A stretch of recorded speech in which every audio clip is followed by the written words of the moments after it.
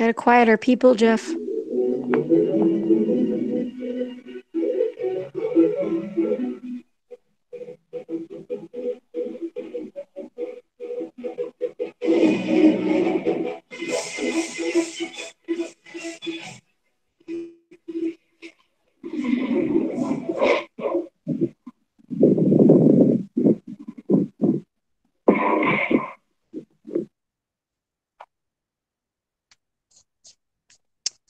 Gotta be honest, Jeff. The audio just gets better and better. I mean, I don't know if you're not sure insulting or how it's what, possible. because every time you say that, I go back and I listen to the recording and it's horrible. Well, I just, I think it's awesome, actually. I think it's perfect. Adds a little character, if you know what I mean. Hello, Ron. Hi, Jeff. Good evening, Jeff. Good evening. Buenas noches. We have a special guest with us on the line tonight. Actually, Dana. one of the original,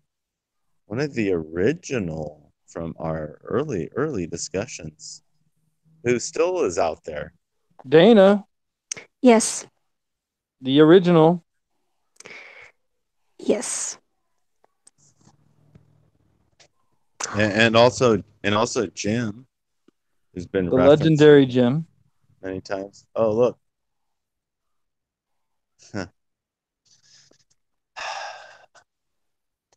And so it sounds like it's going to be the Ron show again tonight, right? The Ron Show. The Ron show. It's the That's- DJ Ron Show. yeah, Dana, yeah, Jeff, and Ron. yeah. Yeah. So Well, are we gonna? So, so number one, do you remember the email address for questions? Yeah. DJRon at Gmail, right? .com DJRon@gmail.com. Yeah. for questions. Yeah. Yep. I have you gotten anything yet? You're the one who's supposed to be checking it. Oh. Well, that is open for questions, right? It is, and topics and so forth. And topics. Maybe even some discussions. Like the old days. I suppose. Like the old days, right? I mean, those were some good times. Those kind of Special access to conversations with these amazing hosts. yeah. Yes, exactly. yes. So, since we've got a special guest who's just posting pictures in the background and apparently can't say anything, can hear but can't say anything, right? Is that what I understand? He can chat along the side here, so Okay, I perfect. suppose he could let us know. Yeah, perfect. Oh, that's too bad. I thought our special guest could talk. I really I had suggested to Jeff tonight to have him on because I think it'd be accurate to describe him as a category 4 hurricane. He's very active on social media. He's doing a lot, Of social doing a lot of justice warrioring. well, I don't know about that. But yeah, maybe that's part of it. One facet, doing a lot of damage, taking names, he's stirring it up. And I just thought we'd let him loose and really hear maybe an answer to what's on your mind or what's bothering you. But he can't talk. That's Well, not going to work. well, he can probably. He just isn't. Knowing him, he can, but he just isn't for whatever reason. He'll probably jump in at some point, hopefully, because definitely would love to hear from him. But anyway, so while we wait for him, or he maybe can send some comments, we finally got somebody that posted. It happened to be my sister, but did post an article that was kind of interesting. a guy licking a doorbell for 3 hours. It's very interesting. Um, Wow. Thank you. well, That's what you got for us, huh, Ron? well, hold on. I mean, I think are you linking yes, this and to the opioid crisis and how Americans are more likely to die of an opioid overdose than a car accident? well, Does it tie in I to the mean, bigger conversation? yes, yes, we can definitely. I don't think anybody's would be, or excuse me, anybody would be surprised that it's probably like drug induced, right? But that wasn't. I mean, that wasn't really what I found interesting. What I found interesting was all the comments about what had happened. There's quite a few of those, which I found pretty funny. Did you Can happen to you read give any? us an example? Yeah, did you happen to read any? Unfortunately, I didn't read any of the comments in the comment section of the 3 hour doorbell licking video. Okay.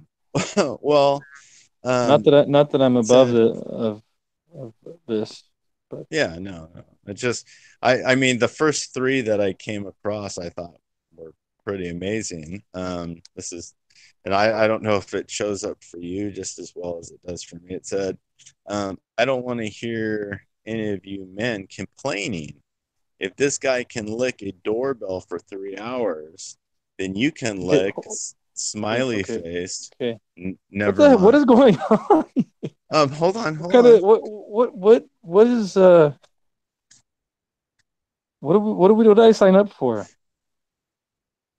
Second one I came across here, which again, I mean, these are the first three that are on my feed. It says, I don't know about him, but his face rings a bell. I don't know what that even means. You can't figure that one out, Ron? You, it said you would think he'd ask for permission before licking somebody's ding dong.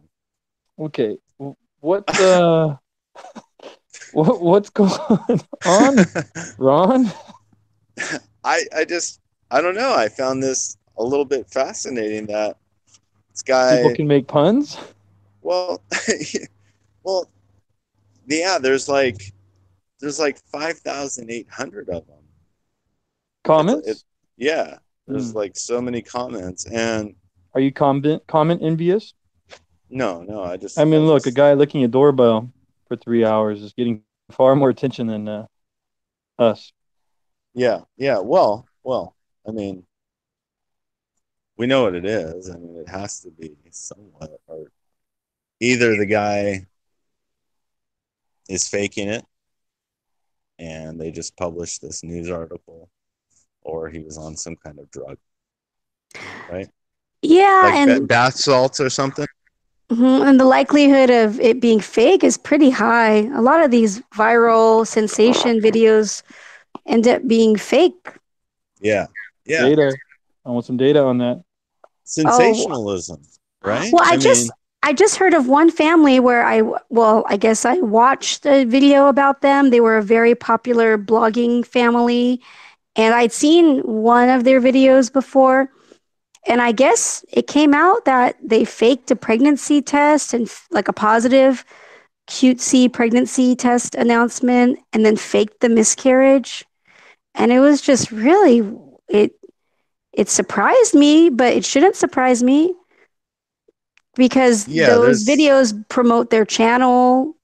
They were professing Christians and they had this, I guess, had some like rationale for it that included I don't like comforting people. It was weird, but yeah. So it could be very well this 3 hour video is just faked, or I don't It's know if anyone enjoyable to watched it imagine all. them discussing Mhm. this beforehand and then actually doing this and then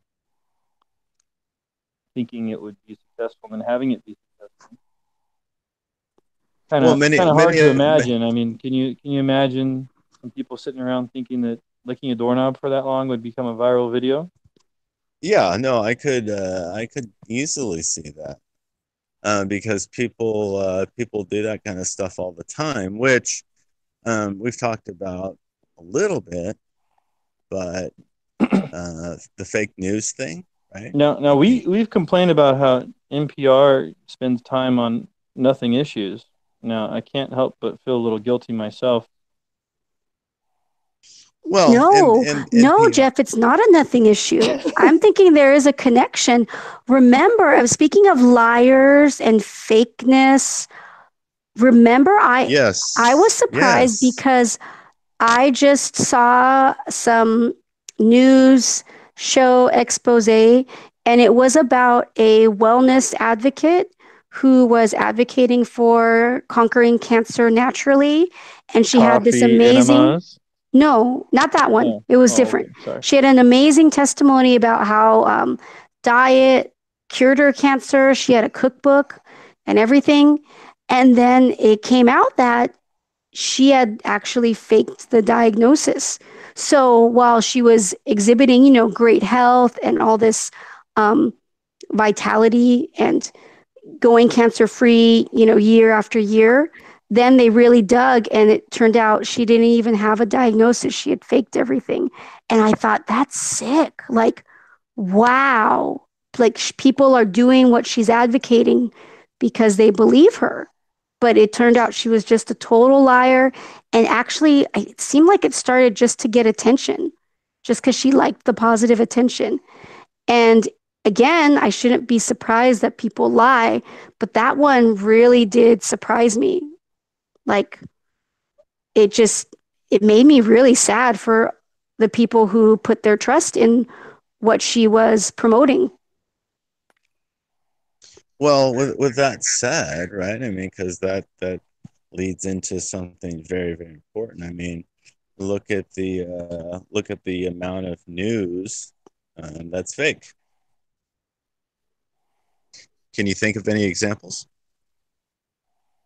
Of fake news?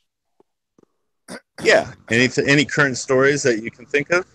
Well, I bet Jim could think of some. It's sad that he's not getting a voice here besides making Well, fun of me with his picture.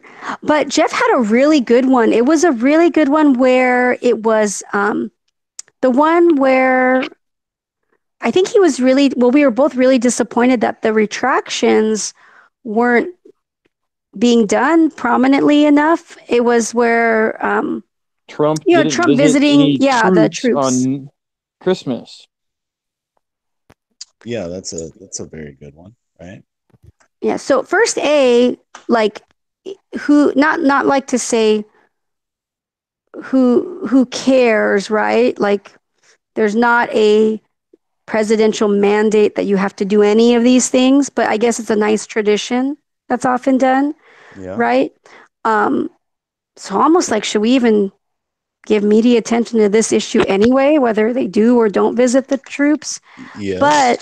But yeah, so I guess it's a tradition. But it was very interesting to see all the outlets that reported that he didn't, and then when it was just a clearly just a matter of a fact, right? Fact checking that he actually did, which outlets didn't correct their stories. Um, Oh, that they was left really their stories disappointing. up, but they hold on. Let's be clear. They left the stories up, but they put a little note at the top that said Trump did visit the troops. So they left the whole story in the headline that he didn't visit the troops, but then at the top, in a little blurb, it said, after this story was published, he did visit the troops. But they still left all the stories. Yeah, and left all the story and didn't publicly. Um, our friend that's on the conversation tonight but can't speak has often made fun of Rush Limbaugh, as he calls him, and he makes fun of Rush Limbaugh, but Rush Limbaugh calls this kind of thing the drive-by. This is an example of the drive-by media. He calls them the drive-bys, and the drive-bys, as he points out, put out headlines and put out these fake stories and then offer these very interesting corrections, but the damage that they do is already done, and people already believe all this stuff and don't question anything. That's what an example of the drive-bys are. So, although again, our friend makes fun of that, that's a real thing, as pointed out here. So there's a lot of those examples, not just him visiting the troops, but Russian collusion, all that for the last 2 years. Where is this? What's going on? I think it's worth mentioning that Trump had a top fake news awards.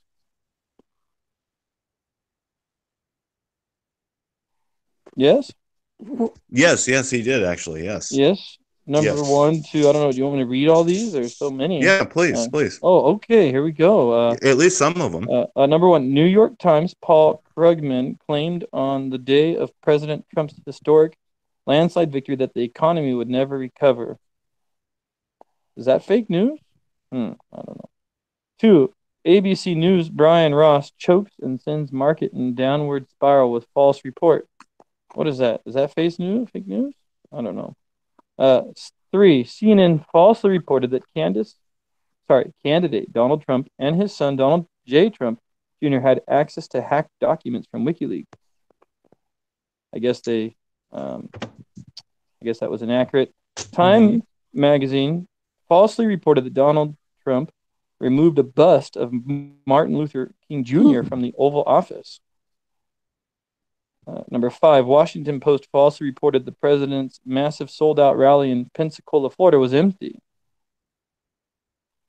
Dishonest reporters showed picture of empty arena hours before crowds started pouring in.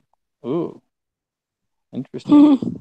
CNN falsely edited a video to make it appear President Trump defiantly overfed fish during a visit with the Japanese Prime Minister. Japanese Prime Minister actually led the way with the feeding. Number 7, CNN falsely reported about Anthony Scaramucci's meeting with a Russian, but retracted it due to a, quote, significant breakdown in process, end quote. And then it has a little headline from then that says 3 CNN employees resign over retracted story on Russia ties. Yeah, Number 8. Oh, go ahead. I don't know if we can read. How long is this list? But I hope 100.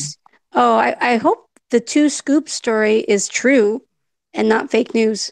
Remember the story about he only lets everybody has 1 scoop, but 2 scoops? When he's eating ice cream. He wanted everybody to have 1 scoop, but he himself got 2. Yeah. I actually want to come back to that as soon as I'm done here, because there's something to me that's very important about that. But let me get through this. I do that to my kids sometimes. Oh, gosh. Number 8, Newsweek falsely reported that Polish First Lady Agata Kornhauser Duda did not shake President Trump's hand, and they have a picture of him shaking her hand. Number 9, CNN falsely reported that former FBI Director James Comey would dispute President Trump's claim that he was told he is not under investigation. And number 10, the New York Times falsely claimed on the front page that the Trump administration had hidden a climate report. 11, I guess this is an extra one. And last but not least, quote, Russia collusion, end quote. End quote. Russian collusion is perhaps the greatest hoax perpetrated on the American people. There is no collusion. So that's his own little ending, little fun there. And of course, you've all heard this goes to the ice cream scoop thing. The whole statistic that somebody got somewhere that 90% of the media is focused on negative coverage. Some might argue that's because he has 90% bad things, I guess. But that's the number, 90% negative coverage. And then with the 2 scoops thing, to me, that's actually a better example of what I think of as fake news, even though it's my own sort of shade of a definition of it. But it's when you have a whole story about nothing. Another example of that is when Bush had his funeral. There was a whole headline about the way Trump walked in and didn't shake Bill Clinton's hand. And the procession had started from the video I watched, and it would have been kind of odd And then they said, but Bush did. But Bush is the son, and he's walking in, and I don't know. It's just a good example to me of what I think of as fake news. Is there's all this reporting about things Body that are language, really little substance, like body language. and body language, and it's almost like reporting about the outfit that somebody's wearing, and all that kind of low level news. Like how exciting like Michelle Obama's arms were. That was a big thing for a while. Well, that was Well, news. her arms really did impress me. come Those on. arms are Come on. exciting, Ron. That's not fake news. Yeah, Oh. you gotta get your head screwed on straight. Exactly. Get your priorities straight. Oh yeah, that's right. I forgot that. Test. Oh no. Oh no. Yeah. Doo-doo. Oh no. Oh, what a surprise! It's the infamous Jim. And What a surprise! for our many fans who listened for a minute and a half, you are all disappointed right now because you're not gonna be able to hear this because you already left. Hey, Well- that's actually that statistic actually is pretty good for where our show is at this point. I'm not kidding you. This Actually- thing working. You're always full of compliments. Yeah, Is this no, thing I working? You know what'd yes, be funny? it's working. Yes, I was gonna tell you, it's Ron. working. Ron, I was gonna tell you it'd be funny if we just kept talking like you wasn't talking. Yes. Just talked It about would how have happy been we really were. funny. So we're gonna have to do that for some future guests. Just keep talking. Hello, is this working? Is this working? And just ignore them. Too bad. Sorry, Oh. I was licking my neighbor's doorbell. There we go. See, that's the Jim I love. You know, the clever, funny Jim. He sounds so far away. It sounds like he's in another country. Oh. Well, I believe he's on a delay because China filters everything and makes sure he doesn't say anything that is not I don't allowed. want any Western propaganda funneling in through our beautiful country. It would be nice if your volume was a little louder. I don't know if you can adjust it or not. That's the only thing. We can hear you, but you're a little low. Well, can you That's hear better. me now? Getting better, yeah. Hit my mouth. Can you I talk can't go closer? farther. Hello. Can you talk in Chinese? No. Is that Chinese? What is that in Chinese? Yeah, there's no. No. No. No. Me how? Hey, none of that on this show. That's a little bit racist. Not surprising who Oh, it's coming from. Here it comes. Oh no, the social justice warrior speaks. Now, don't you think labeling people is very derogatory and it comes from the Christian conservative? No, not at all. Of course you wouldn't. Of course you wouldn't. That's why you go to CCV. Jeff just had a discussion with our leader on Facebook. And he got shut down again. Which is typical MO, by the way, Jeff, with previous discussions with that leader. Oh no, Same thing. Ron doesn't know about that, but hey Ron. But Ron, anyway, no is whatever. a big shock now, is it? I don't know. Oh, I have to translate for somebody. Go ahead. Hello. All right, Jim. There's so much to talk about. But if I could, did you watch the new Gillette commercial? Who's Gillette? It is an American company that makes razors for skin. We can't do that sort of stuff here, so I'm not really sure. Okay. You can, Jeff, you can pick another topic. I would really want to hear your opinion on it, but we'll have to wait for that until you actually watch the video. Yeah, I don't know. Anyhow, there was a show a while back that included very some much. negative. Just say ni hao. Yeah, Oh, this is Jim's library of dank memes. Ni hao. Hey, quick, look, get a screenshot. Get a screenshot. Wait a minute, I gotta freeze frame that. I got a little glimpse into how he does it. All the Chinese government secrets. Wow, I gotta go back and review that. I'm gonna have to put that in slow-mo, get a little shot. Oh, looks like we had a spy breach something. Anyhow, there was a show that negatively portrayed you. I don't know if we want to talk about that or something else, but maybe we should move on. That's water under the bridge, maybe. Yeah.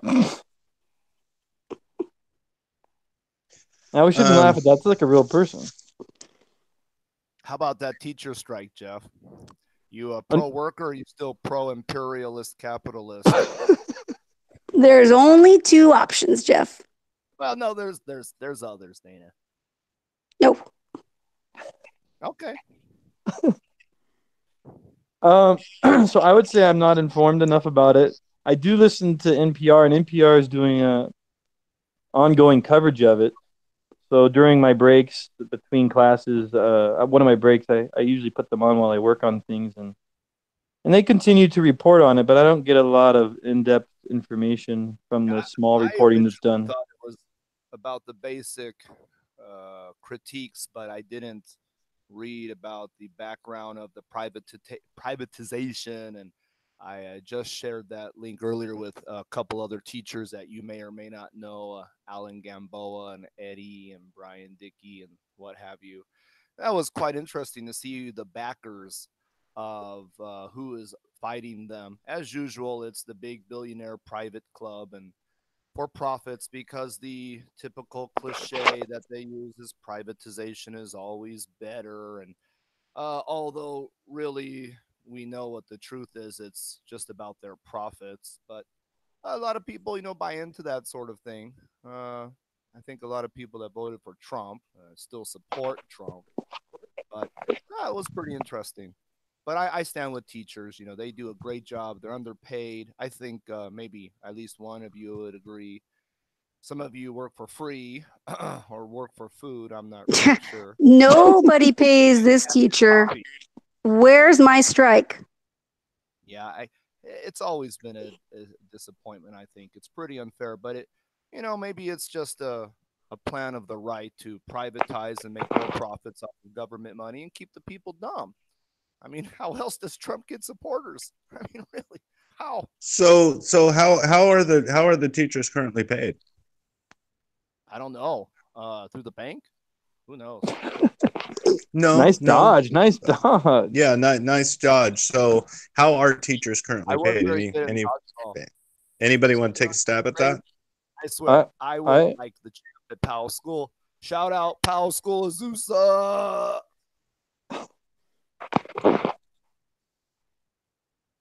What just happened? Hello? Hello? What just happened? I think he kicked a table over. It's okay. Just keep going. Hello? Yeah, so had teachers paid, I imagine. So we, So Buddhist meeting with Josh. There you go. We actually aren't unhappy with Jeff's salary. Once you get in and tenure, you're just like making raises every year, every other year. I mean, in California, it's pretty sweet. Don't math and science teachers generally start off a bit higher? Nope. Not in my district. It is just like this strike in LA County. It is a district. I mean, LA's Los Angeles school district. The district's going to get paid the same as a math teacher. Yeah, PE class teacher gets paid the same, and they all start the same. But remember, this is the unnamed specific district that I happen to work within. So each district negotiates their stuff with their teachers, and that's what you're seeing in the Los Angeles district. They're having some disagreement. So I don't know what their system's like. Talking to a few different teachers in different places, they are significantly different from place to place. But ours is a fixed tiered pay scale where your first year you're paid a fixed amount no matter which subject you're teaching, whether you're teaching kindergarten to high school. So whether it's kindergarten or high school or whatever subject you're teaching at the high school level, all the same pay for the first year, and it's all based on one of the columns is based on your level of education, and the other column is based on your years of teaching. Yeah, I think the median the median salary for LA is about 70,000. So 70. Not bad. It's not bad. Bad So for- Starting salary rent. 50,000. Yeah, so Uh, median. The minimum salary 50,000. I'm looking at the pay scale right here. all right. So can we address my question, and can somebody want to take a stab at that question I have? How are teachers currently paid? Well, I just said for LA it's median 70,000. No, I didn't say how much. I said how are they paid? How are they? I think it's through Pigeon.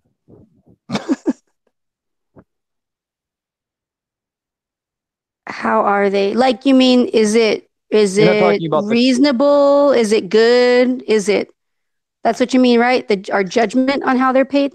No, it's one of the funny things I find hilarious about this kind of stuff is Find it funny that teachers are underpaid and overworked. No, so I don't know. I'm not sure how you don't understand the question.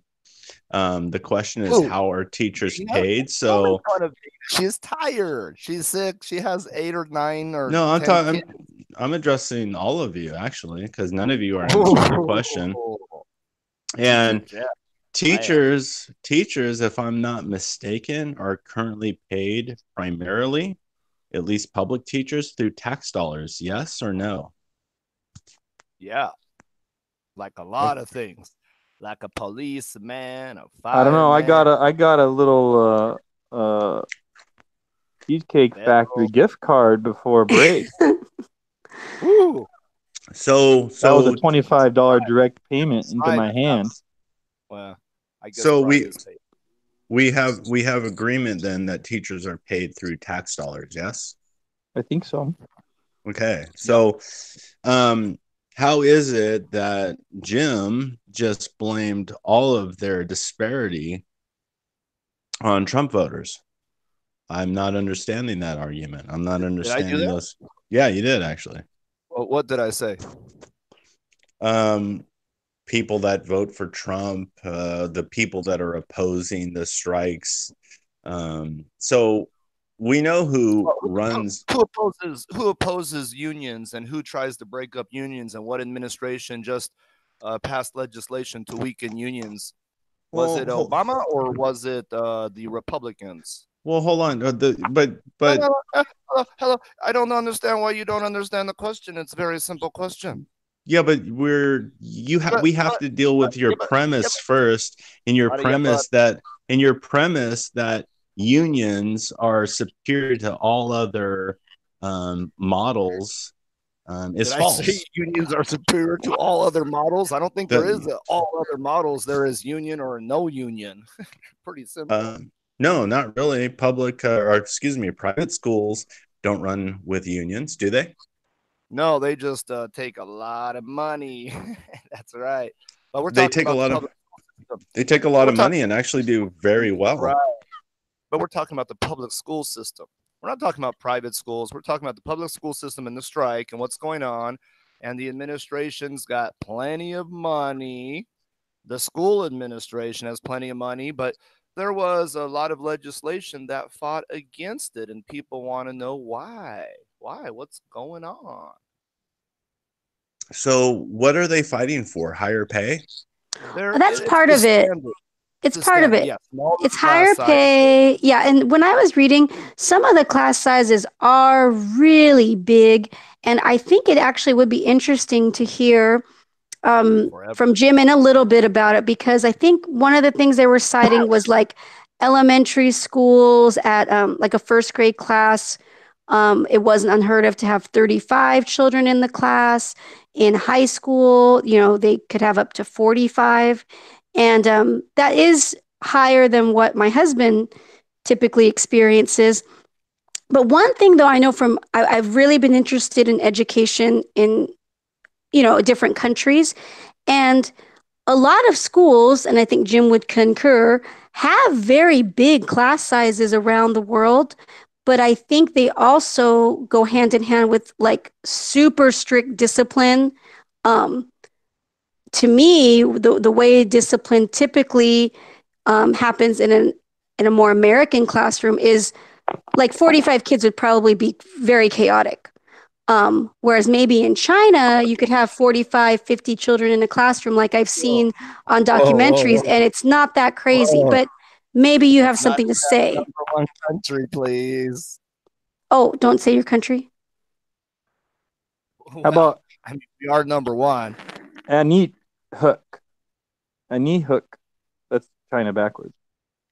Just an Asian country that someone can speak about. That would be very helpful.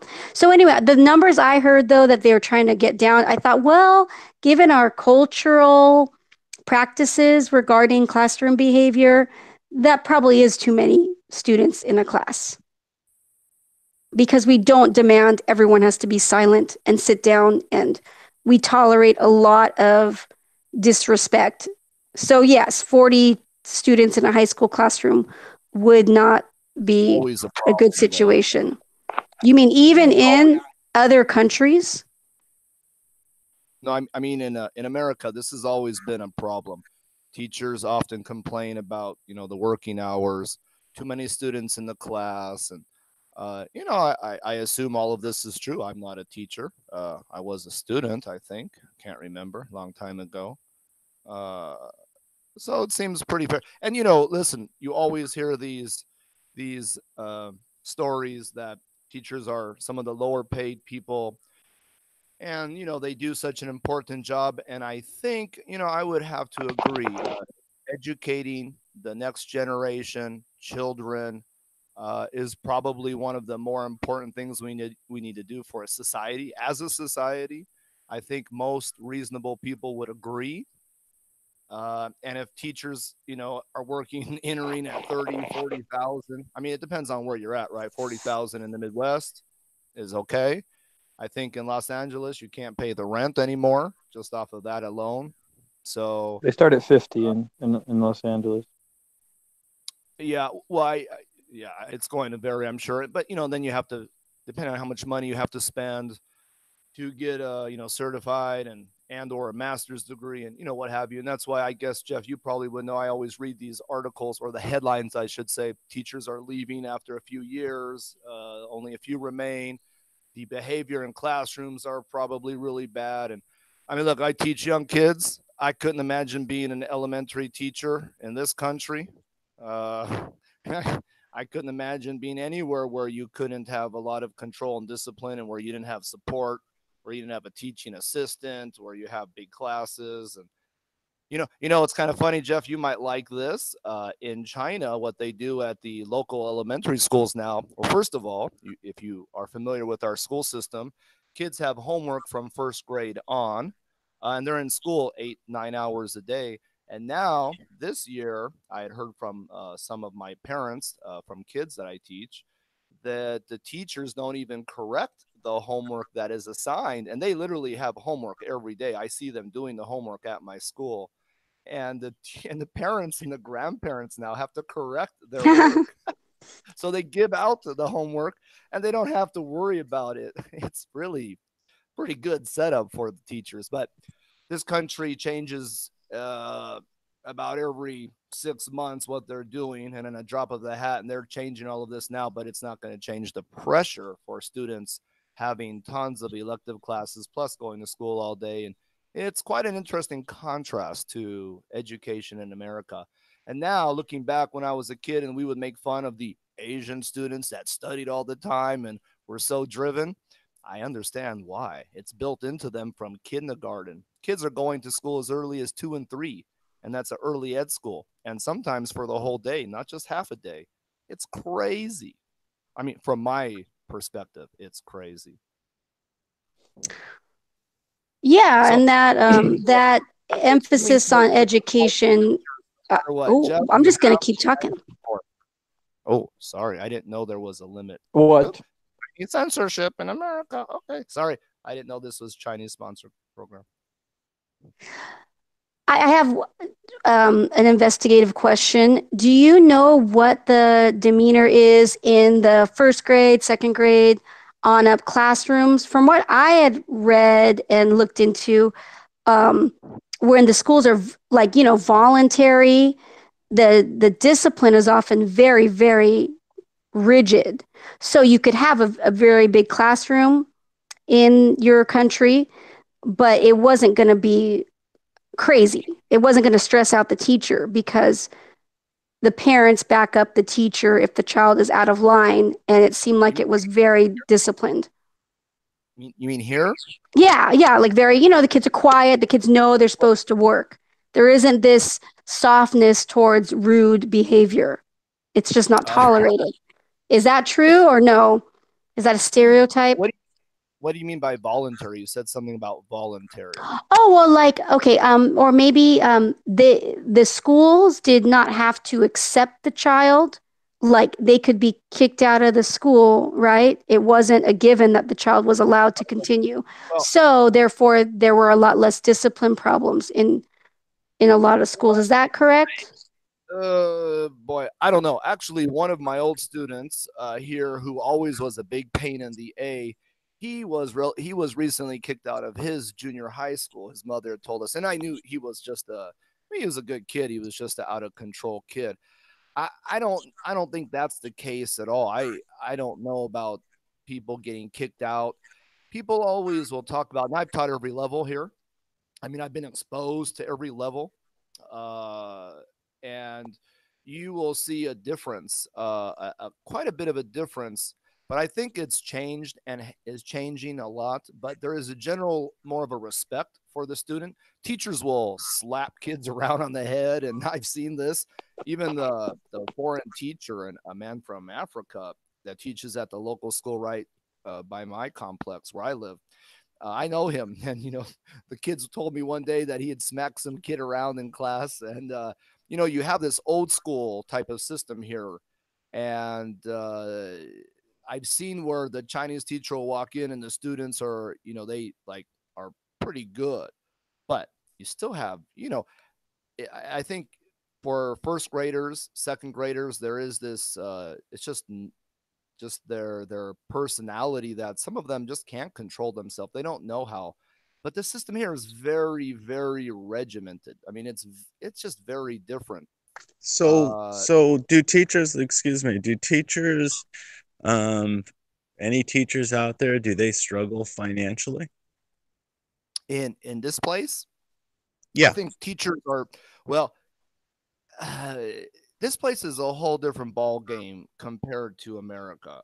Everybody has a side job. Everybody has a side Mm. hustle, because the way this country works is the taxes they get. It's all about getting around taxes, and then you would start, when you understand this, you start to understand why China stops the money from going out of the country, and why they're putting restrictions on banks and all kinds of things. Because what happens is, and I know this for a fact, uh, some of the teachers will teach in their regular class, and testing is so important because the Gaokao, which is the equivalent to the SAT, determines your life in China and what university you go to, and that determines how successful you will be in life, generally speaking. So Yeah. at all costs, this is the most important thing in a child's life. That's why they start from 2 and 3 years old. So that being said, what happens is the testing is the key. And some teachers, especially in the math and the sciences, they will have side classes on the weekend that actually will teach the students what they need to know for the test. And it's just a known issue. In fact, in the province that I live in, a province is like a state in America, they just outlawed teachers from having side jobs, Mm. opening training schools, and doing any kind of side work. So because generally teachers are going to be paid pretty low here in some respect. In elementary schools and smaller towns, they're not going to be paid so high. And this is this is throughout everything. Police, that's why everybody gets bribes and kickbacks, and bribes in China is not the same as America. We do it legally through lobbyists, if you call that, a good thing or not a bribe. In China, it's just actually the way business is done, and there's just tons of reporting. This is how things are done. It's quite natural and normal, and everybody expects this. But the government is trying hard to change these things. They're passing a lot of laws, even this semester, from the Education Bureau on what kind of training schools can be open, what size, what teachers, the qualifications, etc. It's quite interesting. And they say this is all to do with putting less stress on the kids, because literally kids are in school every day and all night. You will Hmm. see junior high kids and high school kids, if they don't, most will live at the dorm. Many will live at the school itself, and the schools are a little bit outside the city, so they can focus on homework, so they say. And it's probably true. But many kids, when they do live at home and they go to school, you'll see them riding their bike home at 8, 9 o'clock at night. I mean, every night, and they're up at 6 in the morning going back to school again. I mean, it is crazy. And those And doing homework for an hour every day. It's and crazy. and I'm sure those teachers are invested just as much. I mean, they're putting in just as much time, correct? I would have no idea. Okay. So, well, I guess my point to those questions is that it sounds to me like some of the issues in the States are not exclusive to the States, and that these problems exist all over the place, all over the world. Oh, I assume they do. Yeah. Yeah. Well, I found it interesting. There's a lot of interest in Finland's education and Yeah. how it's a very humane life for the students as far as hours, but they still tend to perform very well on international tests where all the, developed countries are compared to each other. Um, I but what's always read that. interesting, yeah, and people will. I've read a lot of American teachers really desiring that type of system here because the Finnish or the teachers there are paid very high. It's like a very well compensated job. However, they also demand that the teachers are extremely well educated, like bare minimum, it's a master's and more like a PhD level um, preparation is required to become a teacher there. So they had done a dramatic change in their system where they really started weeding out people and only started accepting like the top 10% students into these teacher training schools. So when I've seen that system, I don't know if a lot of teachers here would like that because they did seem to weed out a lot of um, a lot of teachers who didn't have that level of education or just couldn't do it. Like the teachers in Finland basically have to, depending on their subject matter, but basically have to at least write some type of like a thesis or like a book. Basically, it was a really interesting take on education. So it resulted in higher pay, but the demands to become the education requirements were a lot higher than what we do now in the States. Yeah, every time I hear these studies, the first thought is it's a little bit like apples and oranges because, well, first of all, you have the size of the countries, and you just have different. There's so many issues. The cost of education. Remember, in a country like that, they're probably not paying too much for their education, right? A socialist democracy, which I'm in favor of, they're going to get a lot of this, I would assume, at a low cost or for free. I'm not really sure. I don't know the specifics of that, but we do know that their education is covered a lot more than it would be in America. My other thought, though, is I don't know if I would want to use that to compare necessarily, but what I do like is the psychologists that do these studies. Different than just trying to compare American education to their education. I like what the psychologists always seem to talk about regarding, the time that your child should be spending outside in nature, being creative, basically. This is a big critique in China that they're supposedly trying to counter, right? That this is a rote memory type of system where you will hear people and the children just repeat, repeat, repeat. They even do this with English learning. So a child can read a line in English in an English book, but he couldn't tell you what it means. But he can tell you, he can read it though. So is that really getting the English down? I would obviously argue no, it's not. And so you have this rote memory. And what I remember, I taught 6 years at university here. So I was around adult kids. Every foreigner I knew would basically say the same thing: the maturity level. Now, this is just the maturity level of the average university student is like a high school student in America. There is this phenomenon that I always found funny, and I would harass them because I would do a lesson or some lessons on directions. This is from an English teaching class. So we would do like topical and more pragmatic type of English. And every time I would ask somebody, where is X and where is Y location, they would almost never know because, they, first of all, they never did anything, generally speaking.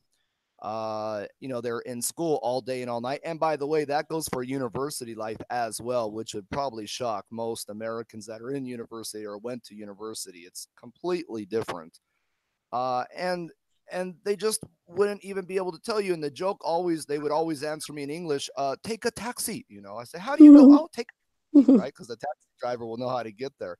They couldn't give directions. They couldn't, tell you what streets. They didn't know the streets. They just didn't know things. But more importantly, they lacked a kind of common sense in life. I remember one day I was filming the kids. We were doing something, and I gave a kid a tripod. It was folded up. And I said, hey, set this up. And he looked at me like I gave him something from Mars. He just couldn't figure out what it was. And many of the kids didn't know how to open up the tripod. And I almost fell off my chair, just like, are you kidding me? But this is just a common aspect. This is what happens. Everything is about school. Mother and, well, generally grandma and grandpa are doing everything for the child. They're feeding them. They are literally doing everything for this kid. And they don't develop the creativity, especially. And this has been the critique as well. So, but on the opposite side of this, I see kids every day, all the time, and it's quite interesting. I mean, a lot of the kids seem pretty healthy. They seem they seem adapted pretty well. But then there is also this aspect of just very bad behavior. It's an interesting idea. And as far as being creative, that critique, I don't know how accurate that critique is, because so many of the kids are in art class and dance class, and it's for those purposes. And I see we do art activities in my classes, and the kids do some cool stuff. Is it fair to say then, I mean, with all that said, that the system that currently exists in the States actually isn't that bad? It's actually a pretty good system, regardless of its flaws. Well, I don't know if I could say if it's not that bad. The system is different. These kids will outscore American kids all day. I mean, I see young kids doing geometry and algebra that I can't even remember. And I mean, they're like 5th grade, 6th grade. And I literally look at it and go, damn, I did 2 classes of algebra in college, and I don't remember how to do that. I mean, it blows my mind. That is one thing to be said. This country doesn't produce artists. They don't produce musicians. They produce engineers. This is what they do. And now they produce IT people, and that's why they're gonna kick America's ass. Although they may not be able to create anything. Who knows? That might be genetically a genetic disposition too, where Asians might have an intelligence that I heard it's because it's the rice. It could be all of that, I guess, but they seem to possess an intelligence that for a lot of people doesn't exist. Well, I don't know. A lot of them act like Trump supporters to me, to be honest. There's a big lack of common sense. There really is, and a lack of creativity. So I think it's more of the issue that every day they're doing homework, they're forced to do homework, and the parents are going to make damn sure they do the homework. And then there's Well, a peer pressure.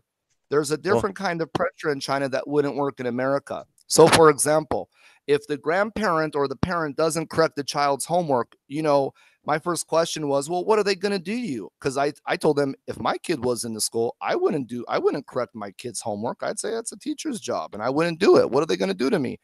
And what they'll do is they'll put your name on the group and all the parents will see you. And this is a big cultural difference from the West. In China, it's about face. You will lose face, meaning you will like be embarrassed. You'll lose respect. And in China, in Asia, it's all about face. It's how you're perceived. That's why when the president of the university comes to the school or the president of the mayor of the city will come to a university, they will clean up the school all week. They'll move all the bikes and scooters from the street. They'll make it all look beautiful for appearance. It's symbolism over substance. Nothing really changes. You know that they force my university students to go to lectures whenever a visiting lecturer will come. They will force the whole classes of kids to go there, and they never want to do it. This is what face is called. It's all about face. well, It's all about perception. that's interesting, and that exists in all levels that I've been exposed to. But I want to back up because you tied having no common sense or creativity to Trump supporters. Yeah, I'm sorry if I hurt your feelings. I promised I wouldn't offend you and talk about truths like this. So my bad. I'm really sorry. I shouldn't No, have no, done that. no, that's The Buddha in me, Josh, would be very, very angry with me. I'm sorry, Josh, when you listen to this. Salam alaikum. Om mani padmani mani padi mam. Josh. well, Josh I wanted- think that's okay that you did that. I'm not offended. I'm glad that you did. Well, you're the president of the fan club. Of course not. Oh, sorry. I shouldn't have said that. Sorry. No, Om mani padi mani mani pan mani nani mani nani mani. Well, I'm glad that you did, but I wish that you would specifically talk about that and let us address that comment. Address what? Why you are lacking any righteousness with supporting an evil regime and an immoral man? Yeah, Well, hey, listen. Hey, we all got to do something, right? Well, I would like specific examples of how supporting Trump equals no common sense and a lack of creativity. I will probably die by the time I finish that. I don't think I'll live another 10 or 15 years. So that's a lofty comment, but you should have specific examples of where that's true. I shouldn't I? Yes. Well, because if you're gonna say those type of things, sure. So obvious. I mean, almost everybody understands that Trump is a continual liar of almost everything. Well, I'm pretty sure in the beginning, Jeff read off a list of lies that were told about him. Yeah. So if he does have that problem, the list on the other side makes that look like a one-page memo that all Trump can read, by the way. If he does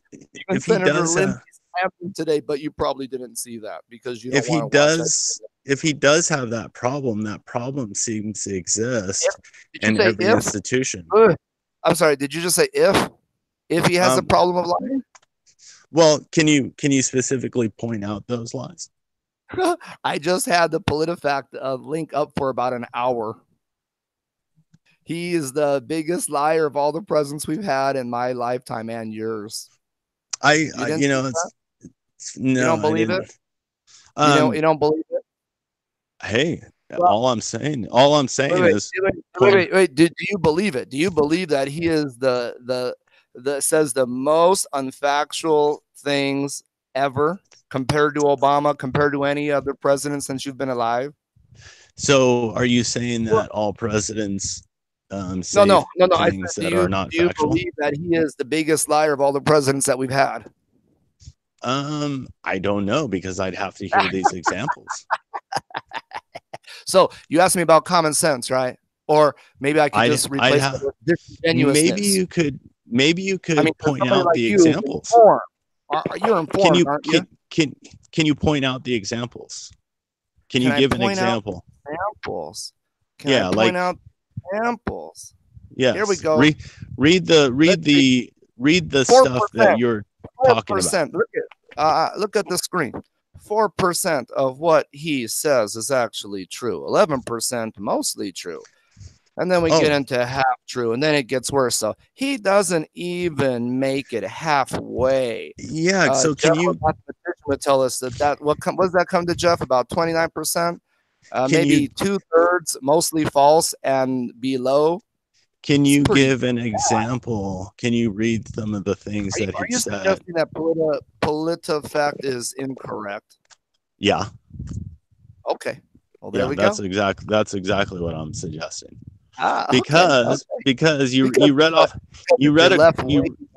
a graph that has no, I'm not reading right here.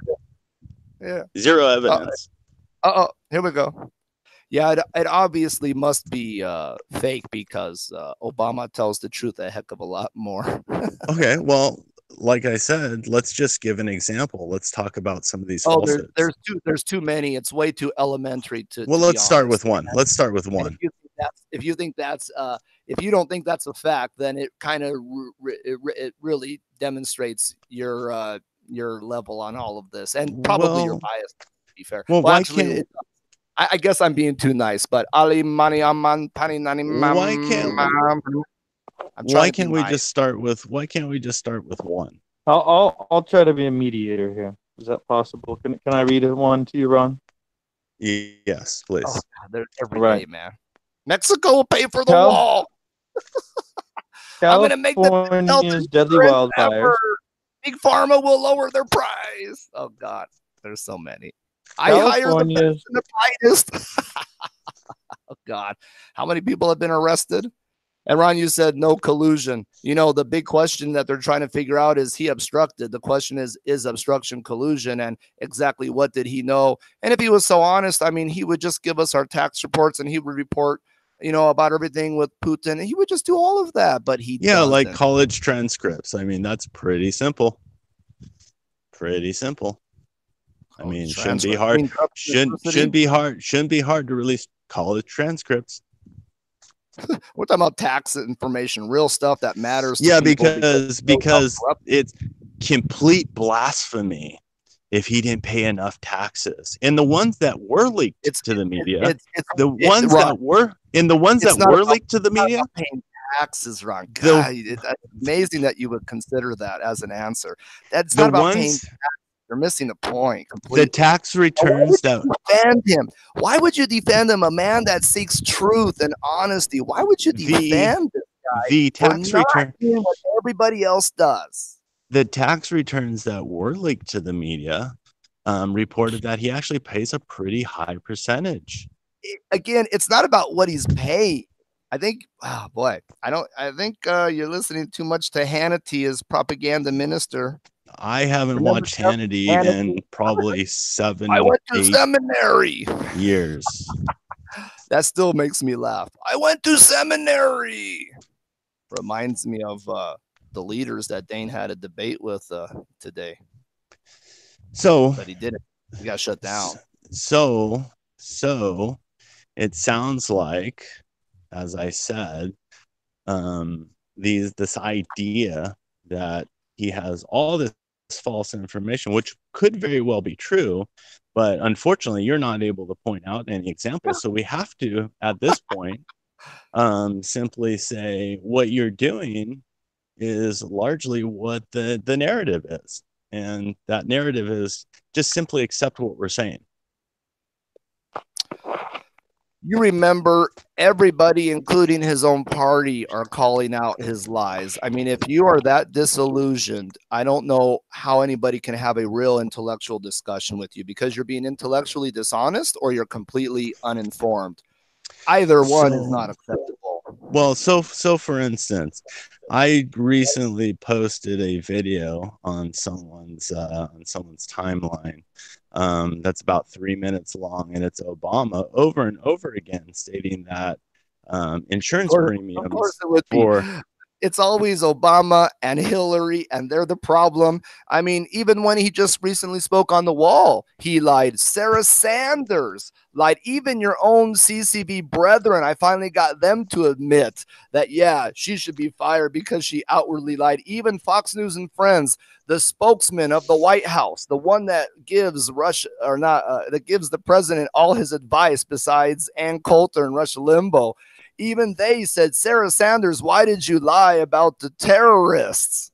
Even the Homeland Security and the State Department countered Trump's own statements. And yet you are going to play this game. You are very disingenuous, or you're intellectually lazy. But to be honest, I think you're being very dishonest. You're really being dishonest, because everybody, even his own party, even Fox and Friends, everybody countered that lie. What was that lie? And what was that lie?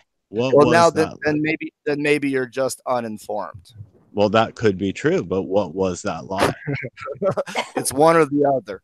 I don't have to do your homework for you. I thought I was going to come on and talk to somebody that was informed rather than being a Hannity. If you're going to be a Hannity, this isn't going to go anywhere. I wish. If you're just going to regurgitate the lies, it's not going to go anywhere, because you can't have a discussion with somebody who's lying. Let's talk about the lie. What was the lie? I think I just said it. I didn't hear what you said. He and Sarah Sanders talked about the terrorist. I mean, it went on and on. He made lots of lies when he gave that speech, right? What terrorists are we talking about? Oh, God. Okay. You got to be informed. Otherwise, now I know why when I've listened to this show, like almost nothing gets said. And it takes an hour for something, because obviously you don't even know the material you're talking about. All you know how to do is just say, well, the media is biased. Oh, look at what they're doing to the conservatives. Oh my gosh, the president and blah, blah, blah, blah, blah, rather than talk about substance. You see, I'm interested in substance. This is what I think is important. Let's try it. The EPA is being dismantled. I don't like that they don't believe in science and climate science. I don't like that all this administration has done was give big tax credits and a big tax cut to the rich. That trickle down theory is supposed to work now, and it hasn't worked before. It fell apart in Kansas. It fell apart in Reagan, while the debt gets higher and higher. Are you kidding me? Are you kidding me? As true to your social justice self, you're talking. There you go again, labeling again. I'm a social justice lawyer because why? I want equality and fairness, and I don't support the rich people of the rigged system. And I'm a social justice warrior. I want equality. I want people to be treated fair. And that's being a social justice warrior. You're saying all this. You're saying all this, but you're tying all this. You should try being a human. Really, try it. You're tying all this stuff to one person at the moment, and you're saying that anybody that supports this person believes all this stuff, and you're talking about inequality and all of these different things with no examples, no discussion. You're just simply throwing stuff out.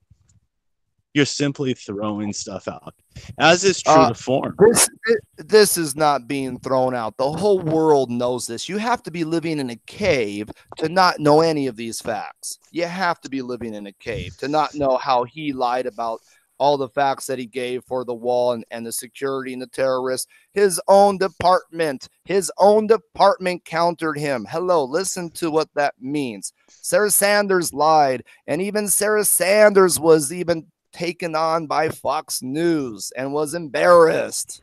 Yeah, Even they, once in a while, Shepard of Fox News continually destroys Trump and his lies. And once in a while, some of the other people do too, even though they agree with a Republican policy overall. Even Tucker Carlson and Ann Coulter even liked AOC's big tax hike, and the whole liberal world is freaking out, going, what the hell is wrong with them? Probably because 70 people, I think it was 70% of the people want a high tax rate, a high marginalized tax rate on the ultra wealthy, which you will get your information wrong about that too, I'm sure. Yeah, you're saying a bunch of stuff, and you're throwing out tons and tons of that you don't like. That's right. I'm saying a bunch of facts that you don't like. You're actually not stating any facts. You're not stating any facts. Objective and fair. It's a fact that he lies. It's a fact that he lied about the wall. You don't like the facts because you're not objective or fair.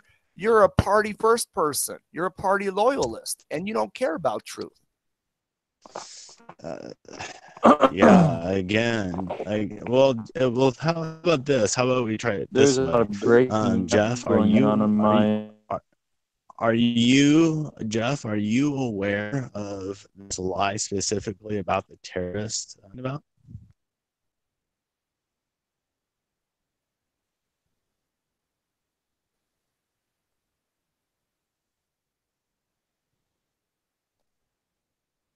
Uh-oh, where's Jeff? Jeff ran away. Jeff did run away from that question. There's a good reason why. So my phone just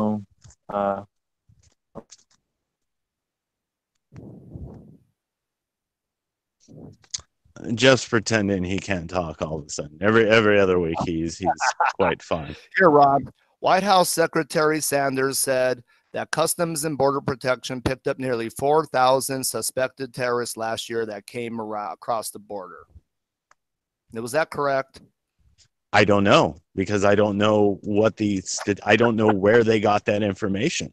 I don't know why it's irrelevant if you don't know where she said it. Is it true or not? You see how you play games? Now, here's the problem that you have, and you've had this for a long time. And as an old friend, I'm just going to be honest with you.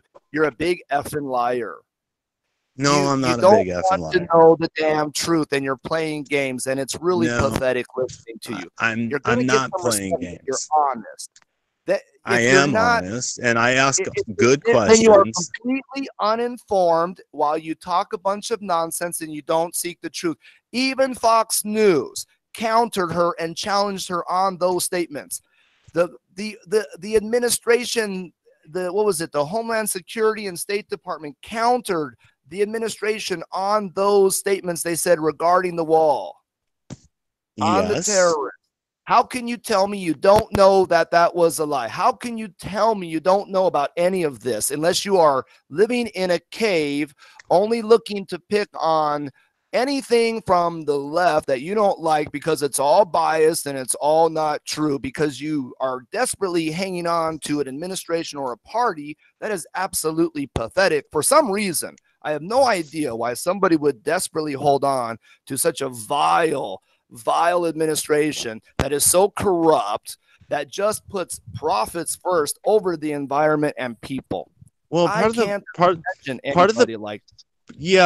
the problem is Jeff just went through a list, which is a very, very short list and very, very small example of how many stories are published and all the commentary that are published. And there's so much evidence to say that these sources that supposedly are giving out the truth and all of this stuff that you're saying continuously lie.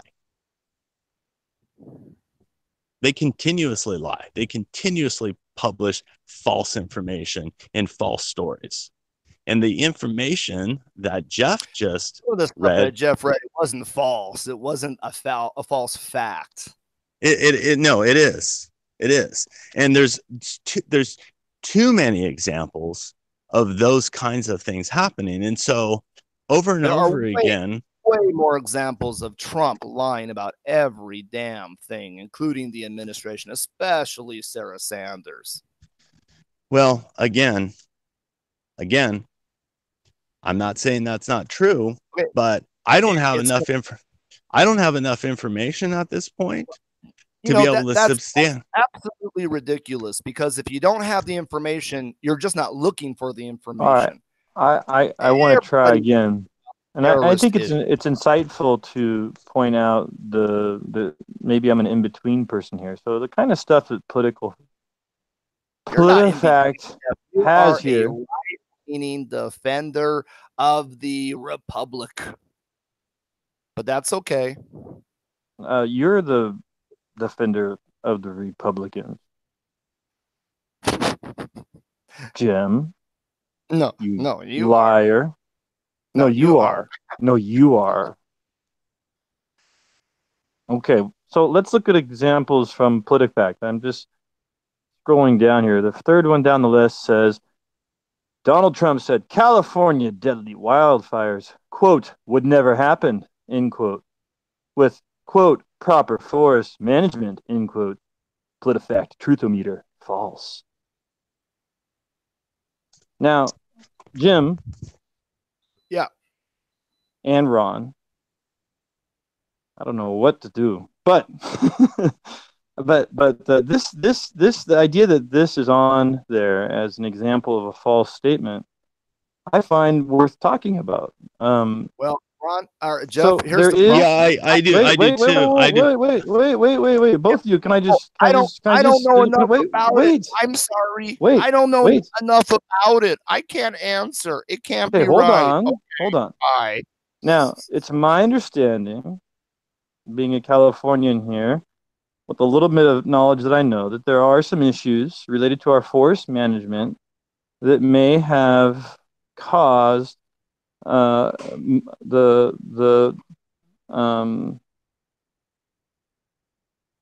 greater possibility of serious wildfires. And people are discussing those things, making changes due to some of the extreme fires currently, including logging some dead trees and so forth, and thinning some forests, similar to what some other countries are doing who have had success and doing better management of forests. So when I see PolitiFact, the third one down the list here, saying California's deadly wildfires, quote, would never happen, end quote, with, quote, proper forest management, end quote, it seems in the realm of silly that they would put this down as a false statement by Donald Trump. Are they actually holding him to some sort of standard that would never happen actually means would never happen? Or are they gonna take it for what most humans would do? And you read the statement, what he's trying to say is that the forests have been mismanaged, and that may have contributed to some of the more serious fires. And then these rapid changes they're doing right now are a result of some mismanagement and some bad decision making. Thank you.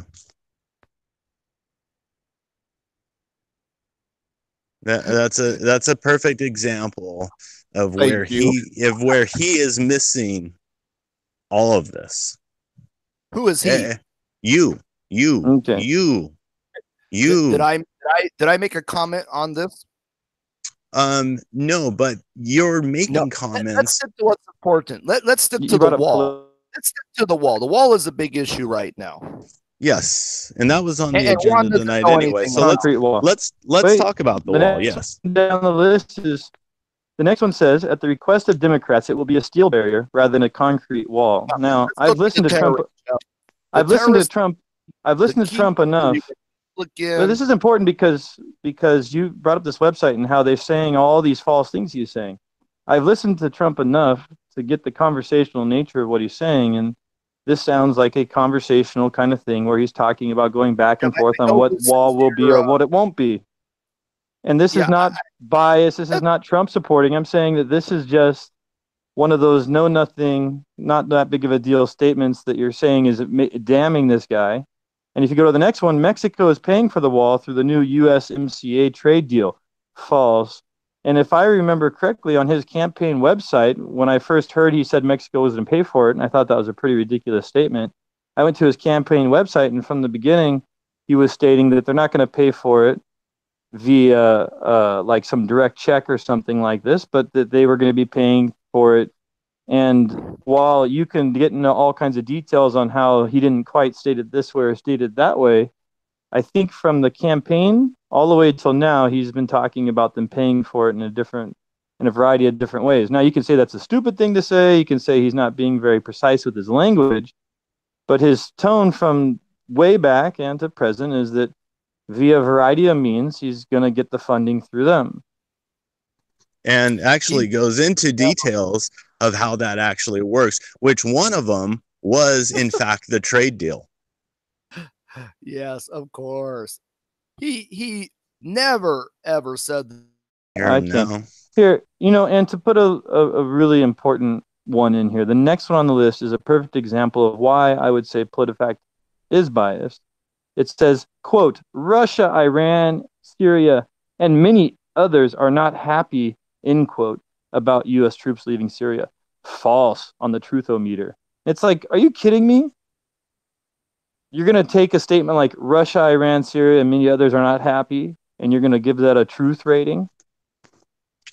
Yeah. I mean, really, really, Jim, the Trump says, quote, Russia, Iran, Syria, and many other countries are not happy, end quote, and you're gonna put this on the truthometer and say that's a false statement. How does what is this? How are they measuring happiness?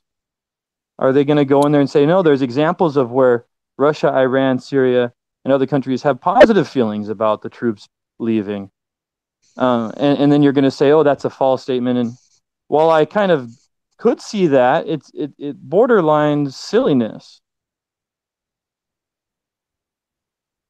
So let's not stick to silliness. Let's get to the real issues. 4,000 terrorists came into the country illegally. True or false? No, I don't. I don't know enough about it. I've heard discussions about it. I'll do my best to look into it. Let me read to you the State Department, the State Department, not a media outlet, unless, of course, Ron will also accuse the FBI, the CIA, and everybody to be working against Trump. Do you believe that?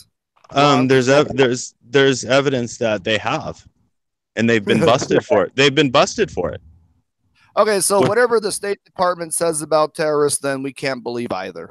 There's nothing we can believe, so I don't even know how we can have a discussion. Well, it's easy. It's easy to have a discussion about it. It's called that we take what we're hearing and we ask good questions. And how are you going to ask the question when the State Department says there have been no terrorists coming across the southern border? What are you going to do? You're going to go knock on their door? You're going to go write them a letter and ask them, say, come on, can you give me some more information? Well, I'm going to look at other studies and I'm going to weigh the evidence and say, State Department, man, they're the ones that study it. They're not the only ones that study it. They're not the only ones that study it. And to say that no terrorists came across the border, that's completely false. I mean, you could look up articles of people. God. That's just right. That's ridiculous. All right. And even Wallace, the Fox News anchor who is pro-Republican, he even brought all of this up too. He even said, I studied it and he knows the statistic and he is just wrong as well. Pro-Trumpian man. He is just completely lying as well. And you're right and he is wrong. I'm not saying that. I'm not saying that yes, at all. You are. No. Yes, you are. No, I'm not saying that at all. I'm not saying that at all. I'm saying that that statistic and what's happening is just ridiculous. And the things that he says are just ridiculous. They're lying about this wall or the reasons why they need the wall. And it's not like this is just once a day. He's doing this all the time and he's getting fact checked continually from everybody, but I don't think it's going to matter because no matter what anybody says, even if it comes from his own administration, you're just not going to accept it. The wall argument didn't originate with him. Hold on. I'm a little confused. So I'm reading here. It says the Department of Homeland Security indicates that 3,755 known or suspected terrorists were prevented from entering or traveling to the United States in fiscal year 2017, which stretched from October 2016 through September 2017. So the first question I have is, are you saying that it's 3,755? Are you asking me? Yeah, so the first thing is, it says the Department of Homeland Security actually indicates that 3,755 known or suspected terrorists were prevented from entering or traveling to the United States in the fiscal year 2017, which stretched from October 2016 through September 2017. Oh, I mean, Jeff, you know, when they're using 4,000, I mean, look, we could just agree and say 4,000, keep it simple, Okay. right? Yeah, that's what they said. And then Sanders claimed the same thing. And she said, and remember, they're putting all this on the southern border, right? It's all about everything is coming from the southern border. That's why we need a wall there. That's why we need to spend 5.7 billion. Originally wanted more. And the reality is those people, not one of them came through the southern border. They were captured at airports. The drugs come from airports and underground. And so basically the argument they're using is just fallacious. It's just not true to get the terrorist away. There hasn't been one terrorist. The State Department says there hasn't been any terrorist they found coming across the southern border from Mexico. This is what they said. And, It you says know, and 41 then were stopped at the border with listen, Mexico, according to NBC's reporting. and to even prove the point, Sanders even Wait, went back a little bit. She said, "Okay, yes, you're right. They do come from the airport, but you know, blah blah blah blah." I mean, I can read you her quote here. I'm on I'm the reading it quote. right now. I'm reading. My question is, so it says there's 3,755, and then it says from October 17th through March 2017, 132, including both the borders of Canada and Mexico, and then 41 at the border of Mexico, stopped at the border of Mexico, according to NBC. And you just said not one. Do you see a problem with that? I'm reading from the State Department, and Sanders agreed. Well, again, This is the spokesman for the president. okay. It says this is the total for fiscal year 2017 border data for first 6 months of fiscal year 2018 via NBC News. 3,755 known or suspected terrorists intercepted, 91 on the U.S.-Canada border, 41 on the U.S.-Mexico border. So in its context, I'm wondering if the argument really is that putting a barrier, a wall, a fence, whatever they call it, and they've called it many things, including not just this administration, but all the previous administrations in our lifetime have talked about putting up a barrier, a wall, and they've made those same arguments. And I'm wondering, we're talking about Trump and his lies. Let's not go off to about 5 different other topics and go back to the typical. Well, Obama's. Well, no, we're clarifying and qualifying when what Trump said that he spoke to the presidents and they agreed, and every living president came out and said, "I did not tell Mr. Trump that," and then even Jimmy Carter said, "I did not tell him. I don't even agree with him on it." And that wasn't a lie either, was it? All those presidents lied. Yeah. The living president lied, right? Yes or no? Did they lie? So what was his statement? Yeah, what was his statement? What did he say?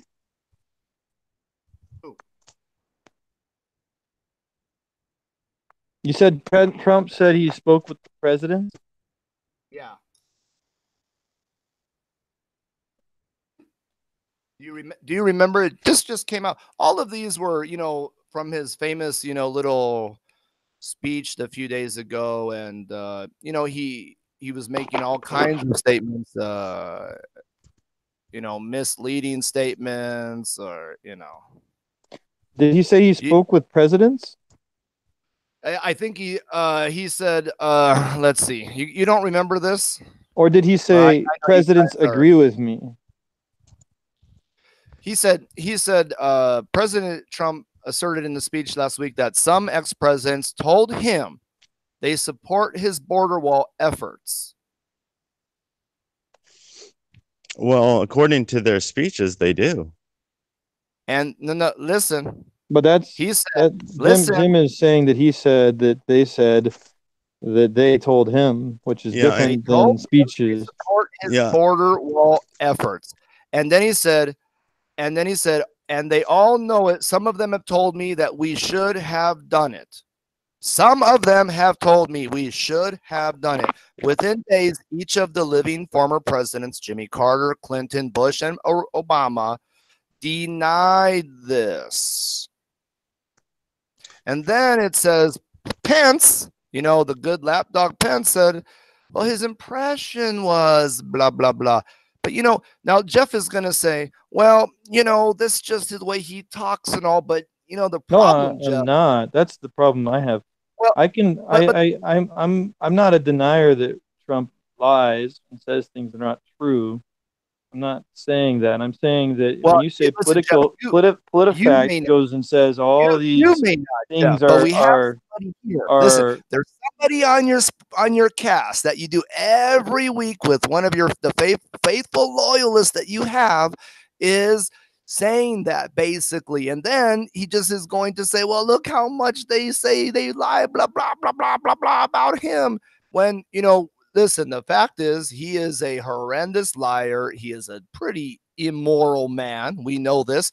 It was bad when Clinton was immoral, but because now it's a Republican, the Republicans are quite okay with his incredulous behavior. And the right-wing Christian, hell, Falwell and some of them will say it's a sin if you don't support him.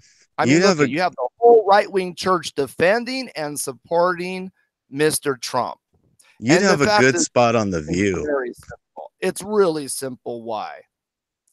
And again, Ron, you see you're deflecting again because you don't want to. You can't imagine that your idol lies at all. It's just the left wing. Everybody is against him. He is just perfect. And then Jeff's going to say, well, he just misspoke and he's just a regular guy and blah, blah, blah. Number one, I have written proof, written evidence that I don't have the ability to put it up on my screen at the moment, but I have written proof, written evidence over and over again that I have questioned him, questioned the administration, questioned what he's doing. So that again is just completely false. That again. Oh man, you are a pro-Trump, pro-Republican. Nope. It would be easy to admit that he lies then. And it would be easy to admit he lied about the stats for needing a wall. And this is irrelevant of whether a wall is useful or necessary. Hey, how about this one, buddy? How about this one? How about him on the campaign trail calling Ted Cruz lying Ted and talking about his father that's great, but that being the hit guy on JFK or involved in it, and then when Ted Cruz goes for re-election, right, all of a sudden he's the good guy again. So no, I don't think, Jim, that's not about lying, Ron. That's about his character, what kind of person. And to be honest, we all know this is a part of politics too. They have to play the game. I understand that. I will give these guys a pass on that because this is the game. I mean, look, I'll give them a pass on this.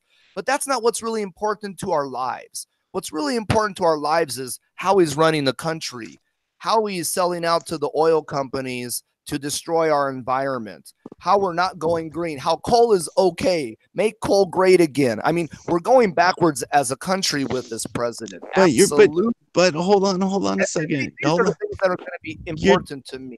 You're just like the lie about the wall. This is a lie. If the southern border was what he was saying, I would say absolutely put a wall the whole way through. And in fact, my personal beliefs, I like what authoritarian countries do. I like the way China handles immigration. Every right-winger and nationalist would love China. I mean, even Australia is hardcore, man. They put people on a damn island. There's a lot of countries that have some hardcore issues. I, for one, have no problem with the military being on the border because it's a damn border. The problem is, and when you only look at something from one-sided, is our immigration system is screwed up. It's completely screwed up. And he's screwing people over that want asylum, which America has helped cause the problem in Central America and South America. And this is a fact historically. And what's worse is the separating of the children that they did on purpose so people wouldn't keep coming. And that you cannot, well, you could justify it probably. And most Republicans and most right-wing Christians will defend it and justify it.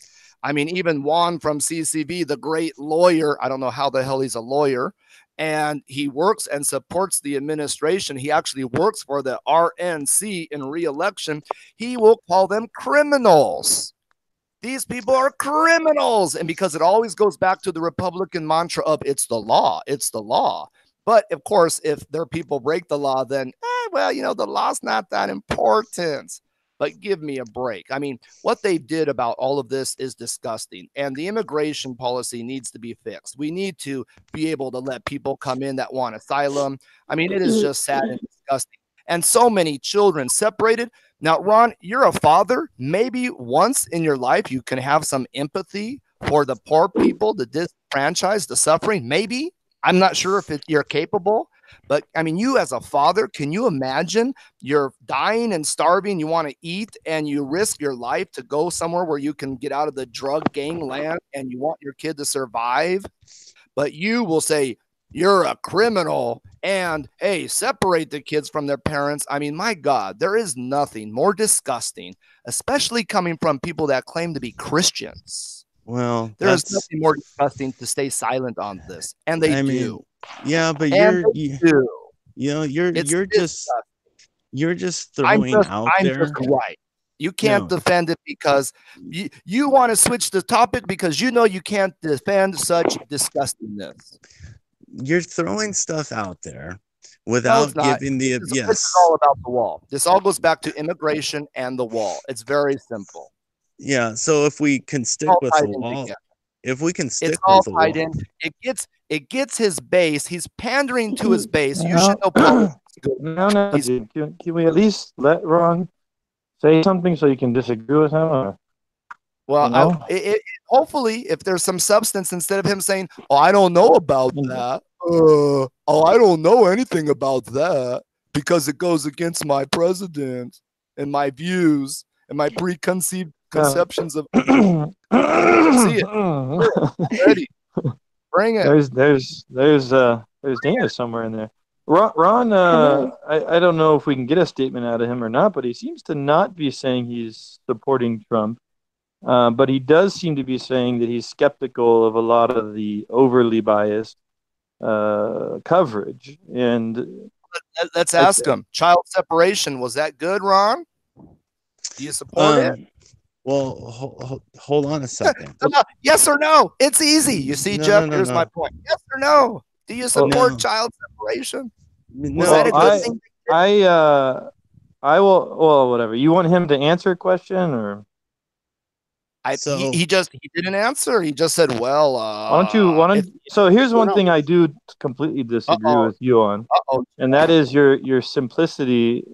It's just ridiculous. Your simplicity is ridiculous. You've been doing this in the chats. You've been doing this everywhere, as though everything is just so simple, black, white. Like no one's allowed to give an answer. No one's allowed to give a thoughtful response. Nobody's allowed to consider a few of the complexities involved. No one's allowed. You just gotta. That's not true. It's a yes, no, and you're doing it right now to Ron. As soon as he starts to talk, you're just like yes, no, yes, no. You do it all over the place, and I don't agree with that. That's you. That's where you're at. I don't know why you're at that place. I don't know what's going on with you. Do you think that's a difficult issue? I think that what I'm trying to point out to you is that I currently believe things are complex. There's a lot of complexity to things. That's my current observation about things. Come on, let's not play games. Let's be I'm not playing any games. I'm trying to explain to you a fundamental issue I have with you is that you continue to just bulldoze over things until you hear the magic word that you want to hear without hearing any sort of thought or opinion. Ron hasn't been able to say a whole statement. I'm just talking over you because I have to. All right, well, let me ask you then, Jeff. The child separation is a simple topic. You can either keep the children with the parents or you can separate them. Obama kept them together. They did not separate children. You can go search all of this, what they did when children were separated. It was not even close to what has happened with this administration. Not even close. Dana, do all the research. Dana, you remember what was the evolution of this topic? Because it's changed over time. There was some court cases, there's some legal precedent and so forth. Do you remember some of it? I have to look it up. It changed during the Obama administration. So I think during his administration, the parents were held together with their children. And then that was ruled to be cruel and unusual, or just cruel to the children, because the children were kept in a detention-like setting. And the courts, I forget which court it was, they ruled that you can't do that to the children because that's not humane to them. So then they started advocating that you separate the children and place them in a setting where they had more freedom. So during the Obama administration, keeping children with the parents was viewed as inhumane. Now, perhaps if the detention centers had been more accommodating, maybe they wouldn't have ruled that. I don't know. But then after that ruling, I believe that the kind of policy then turned more towards just catch and release. I think that was the timeline. Yeah, and then the problem right, problem became that if you're going to cross over, and the courts have ruled that you can't keep the children with the parents because that's illegal now, according to some ruling, and you want to figure out what to do with this person who crossed the border with their children, then yeah, I think what I recall, and someone can correct me, is that they begin to do the so-called catch and release because of the legal issue. And then with the Trump administration wanting to be more strict, if you're going to not do catch and release, but you're going to follow the law, which says you can't keep the children with the parents, they followed the law, which was a ruling, not by Trump, but by judges. And in doing so, you got the headlines. So if you catch and release them, there's this issue with the number that return for their court date. I believe it's below 10% or more than 90% don't return. And then if you hold them by the legal rules, you can't keep the parents with the children because of the things Dana just said. And so I don't know exactly. It's complex, Jim. I don't know what you do. But I mean, if the question is, do you like the picture of a mother being separated from a baby? I think obviously everybody would say no, that's very harmful for a child, of any age, right? A youth to be forcibly separated. So nobody likes that. Like nobody would say, yes, that's a great idea. Right? So maybe, I don't know if you're asking, like, which question are you asking? Like, it seems like, what? Trump had a zero tolerance policy. Families were separated under Bush and Obama, but there wasn't a policy that they were doing this. In certain cases, that would happen. Drugs were found, etc. But there wasn't a zero tolerance as put forth by Sessions. Yeah, Sessions, the Attorney General.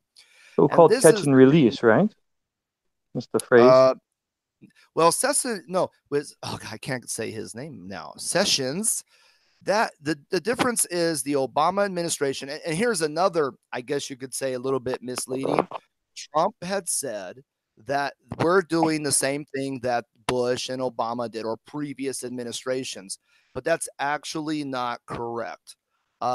Bush and Obama had policies that did, under certain things, the kids were separated. But it was different when Sessions, and they did this, it's called the zero tolerance. You can search that. And so here's the difference, I guess, from what you were talking about with the legal issues, is now it was being done on a constant and normal basis. It wasn't like, well, they found drugs on this person, so hey, maybe they are a drug dealer or whatever the case is, and they're going to separate. Now it was everybody coming through. They're going to be separated. Everybody. Because they didn't want to do catch and release. Let me just finish with one last thing. I remember a tweet from the president some time ago that he admitted. He said, yes, this is on purpose because it will deter people. And this also came from other people in the administration. They had said the same thing, that it was a deterrent. And of course it's a deterrent. And of course I would assume it should work as well. But this is not really the issue from my perspective. The issue is, should we be doing that no matter what? Yeah, the immigration issue is a problem, Jeff. The asylum. And then, listen, it is complicated. You're right, because people will say, oh, all you have to do is go to the border and claim asylum. Well, if you have a waiting time for 6 months, then they're not really doing anything to help you. And this is the real issue. I mean, I was talking to Dana a while ago. I mean, I'm an American. My kids are American. And I just can't come to America with my immigrating wife. Now, if she's got $1 million that she's going to put in America and hire some people, guess what? We take them. Oh, boy, how America loves the people with money. And I understand this. How are we going to just take all these people that are really poor and blah, blah, blah? And that's all fine. But my point is, even for me, that is a citizen, it is a major headache for me to even come into the country, major to come back. For any of us, we have to demonstrate all kinds of things.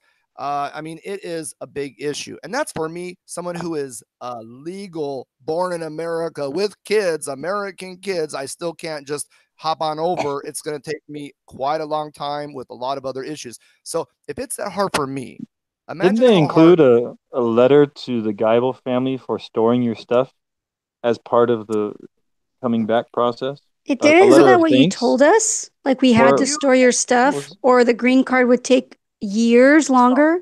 But did they include a letter of apology or maybe a thank you as part of the requirement to come back? Trump. There is a difference with it. So it sounds like this stuff is indeed a lot more complicated than just a yes or no. Is that wrong? No. The question is simple, Ron. No, Jeff. Jeff is wrong. This is simple. Did they have to do what they did, or could they have continued to do what Obama and Bush had done before? I think the answer is it is complex, because what they were doing before, I can read the thing. I mean, you're aware of it.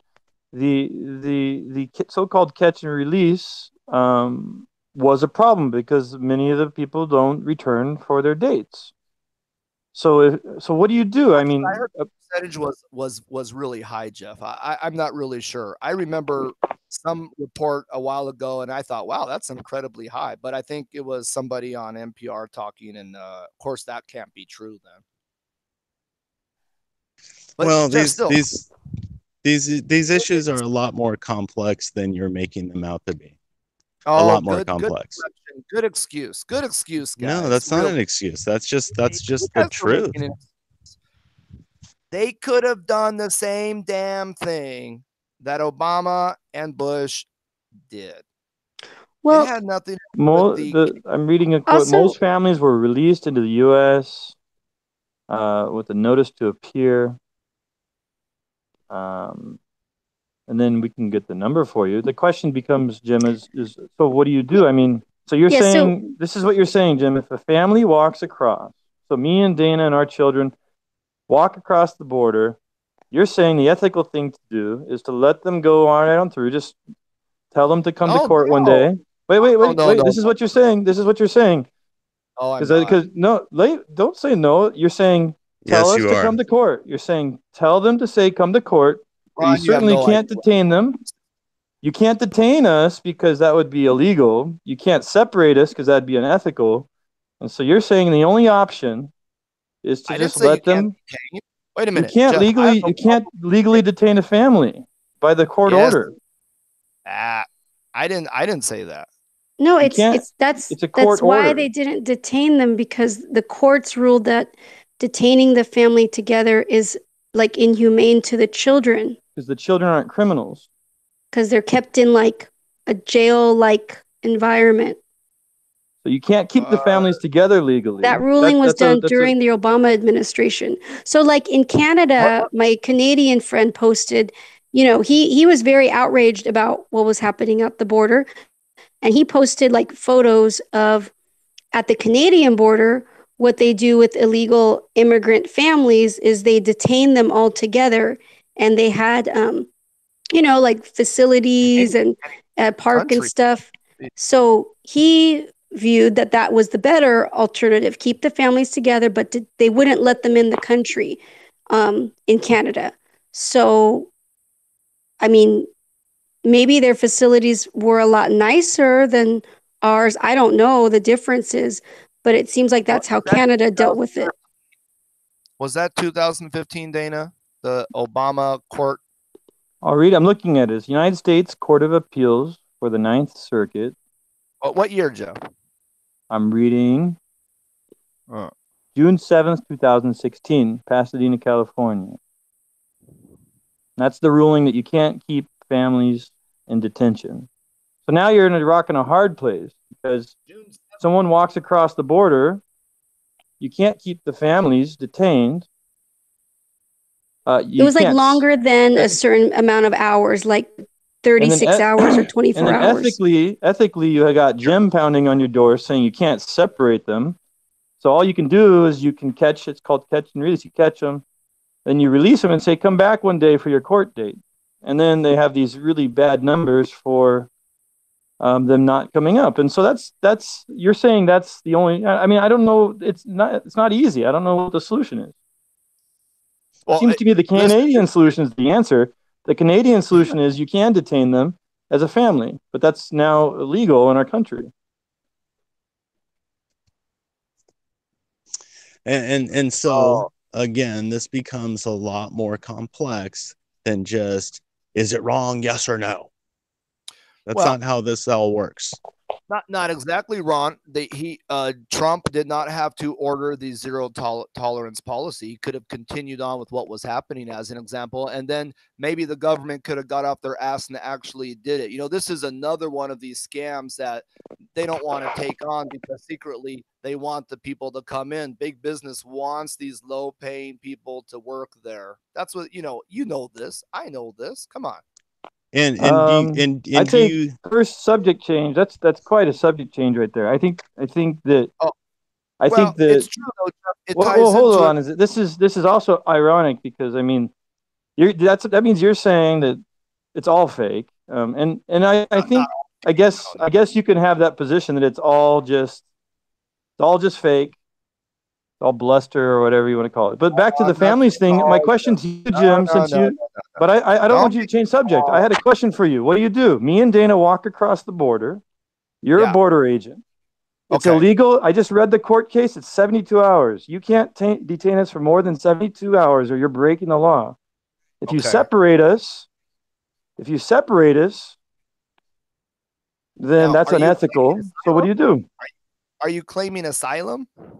I'm saying that I'm crossing the border because I want to. No, here's a big issue. Remember, I'm telling you. I'm crossing. Me and Dana, you're the border patrol. I show up and I say I'm walking across this border, and you're not going to stop me. What are you going to do? Are you claiming asylum? No, I'm just walking across. You and Dana? Me and my family, my 8 children. Oh. Well, you just said all 8? Well, yes. It's us 8. We're walking across this border. What are you going to do about it, Mr. Border Patrol? I know one thing: you can't put us in jail because that's illegal, and you're not going to separate us because you're ethical. So what are you going to do? Are you claiming asylum? No, I told you I'm walking across the border because I want to go to the United States. Well, I think the same. Well, actually, are you asking me? Are you? I'm asking you what you do. You're the Border Patrol. Me and Dana, I'm walking across the border. I'm telling you I'm going across because I want to. You can't detain me for more than 72 hours because it's illegal. Okay. If Go I'm ahead. border control, I guess I'm doing whatever border patrol is supposed to do. No, you're telling me policy. You're saying we're all idiots because we're all bad, and you know the answer for policy. So what do? Policy. Oh, wait. Am I border patrol or am I a policy maker? Which one Just am I? talk to me. Tell me what you do with us. But Jeff, you said I'm border patrol. I have to Oh understand. my gosh. Am I border patrol? Jeff, he doesn't understand. Come on. Come on, Jim. Well, what do we do? Policy. I Do want to you be let us policy. just walk across? No, of course not. No. You give us a there's my letter answer. that says come back and show up for court. I just answered. I said no. Okay, what do you do? What do I do with what? Well, There's me first I'll give- and first I Dana give and you 8 children walking across the border. What do you do? I will do some mimes for your kids, make them laugh, and I'll tell a joke or two. Yeah. If my buddy Pancho's with me, the other border guard, All and, right, and Ron, all right. Ron will spit at him and knock over his water and their food out in the desert. But I will perform a little dance for you and Okay. sing Kumbaya. Oh, me and Josh. Kumbaya. Okay. Omani padi, umani pa. Oh. That's what I would do. I think I give you work visa, let you in the country, and that's it, man. Very simple. Do you want to know? So you we believe in know open someone. borders? Yeah. No. So we. Wait. We You know just someone- wait. Dana, hold on. I'm translating here. He just said he believes in open borders. Just let people. Yeah, but you have to have the work visa, man. No vote No, I'm borders. saying no I just want to walls, go. No I'm USA telling at you. all. Well, I'm just telling you, I said want to won't- cross over. I I don't just want said your I work won't- visa. I just want to go to America. I just told you I won't let you through. But I'm not going to. What are you going to do? Detain me? Yeah, Okay, I'll good. detain you with Well, you can hold me for 72 hours, but and then then what? And then after 72 hours, what happened to those people before this new president? What You happened give back them a then? court date. And You where give did them a they court go? date to show up. Oh, okay. And what's the percentage of them not coming back to the court date? I'll look it up for you. Because I had thought it was relatively high because these were people that really wanted to stay in the country. And that's what I had heard recently on some study about this or some reporting. And I'm pretty Is it on sure Natural News? I'm pretty sure I've heard over and over again that people in this administration continue to argue that they are more than willing to allow people into the country if they're going to follow the laws. Yeah, I think that's good. Yeah. So I think though that again, this argument is a lot more complex than just This simply is about saying immigration policy, Renee, like or Ron, about how people are going to come. Dana.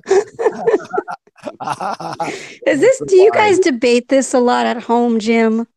No, not at all. She knows nothing about this stuff. She don't even know about her own country, but nobody does here. How can they? It's blocked. You don't understand. No, listen. Let me tell you about, or are you interested in hearing about China's immigration system, which they don't have? Well, sure. No, really. I mean, you want to know how it works here? I think it's a great idea for America, and Republicans would love it. Yeah, go for it. Well, I want to hear amen from Ron. yeah, please. That would be great. Oh, God, I think I hear some kids coming. Hopefully not mine. Well, listen, this is how it works in China. And, of course, there would have a little bit of differences for the border issue because people are clamoring to come here, but usually from other countries. So listen, in China, number one, and I think this should be the case for anybody immigrating to America, they can't qualify. I cannot qualify for any social programs here whatsoever, number one. And I think that's fine. Number two, I have to renew a visa every year or every 2 years, as an example. I think that's good, and I think that's fine. Number three, here, now this is probably wouldn't work, but I can imagine it would working, and I think they used to do something like this before in the States, that in order to work in China and to get a visa to enter the country, you have to have a company sponsor you, meaning you have to have a job. So that farm in Minnesota or Washington would, hire somebody from Mexico or wherever they're coming from, usually Central America, right? And then they sponsor them to work, and that person can come in, and now they have a legal state to be in the country, but you have to renew it or you have to leave the country. And this is how it works in China. And if you are caught breaking the law here, you will be kicked out of the country. Now, China, it's much worse. If you have a visa to work at XYZ school, you cannot work anywhere else. You cannot break any kind of law. And if you do anything, and you still have to pay taxes, which the government is good for the government, but you do not get any social services or anything of that sort. Now, the problem I could see in America is the difference of like healthcare. So here I can go to the doctor for like less than $1. I can get medicine. Now, of course, if I have a real issue, it's going to cost more, right? So in America, obviously that just doesn't work. And if we can fix that healthcare system, then maybe this would work with also the people that would visit there. So the reality is I never have full status in this country and never will. Every year I have to continually renew my visa to stay here. So I think these kinds of ideas would be the way we should set up our immigration system in America. And I think that would make most Americans that are very, well, maybe not the nationalists, but I think a lot of them that use the argument that they take away from all the resources and all of that, that would solve a lot of problems. And I think it would maybe help, for jobs and, listen, China's economy, a consumer economy, is going to overtake America, like Dana said. And Dana, why is that? Because consumers buy things. Yes, they put stress on the infrastructure and other things, but they're also spending a lot of money. They're renting houses, they're buying products, they're buying cars, they're buying things in America, which continues to make the economy grow. So I have a question. Yes. If Jeff and I and our children like crossed over, because I understand about the visas and the work permits and everything, but if people are just crossing over into China, do you know what China does in that type of situation? Oh, yeah. Yes. Well, first of all, like I said, and I'm a proponent of it, China is a very military. I mean, this is a police state, Dana. This is an authoritarian country. They don't have the rights, the human rights that America does. And now this is probably where I would disagree with Ron and some of you. That's what America stands for, even though not under Trump, and under Republicans. But this is not a country that has any human rights, and it doesn't afford human rights to people. So they don't think about it the same way. I mean, look at what's happened to those people that have been arrested because of the political crap going on.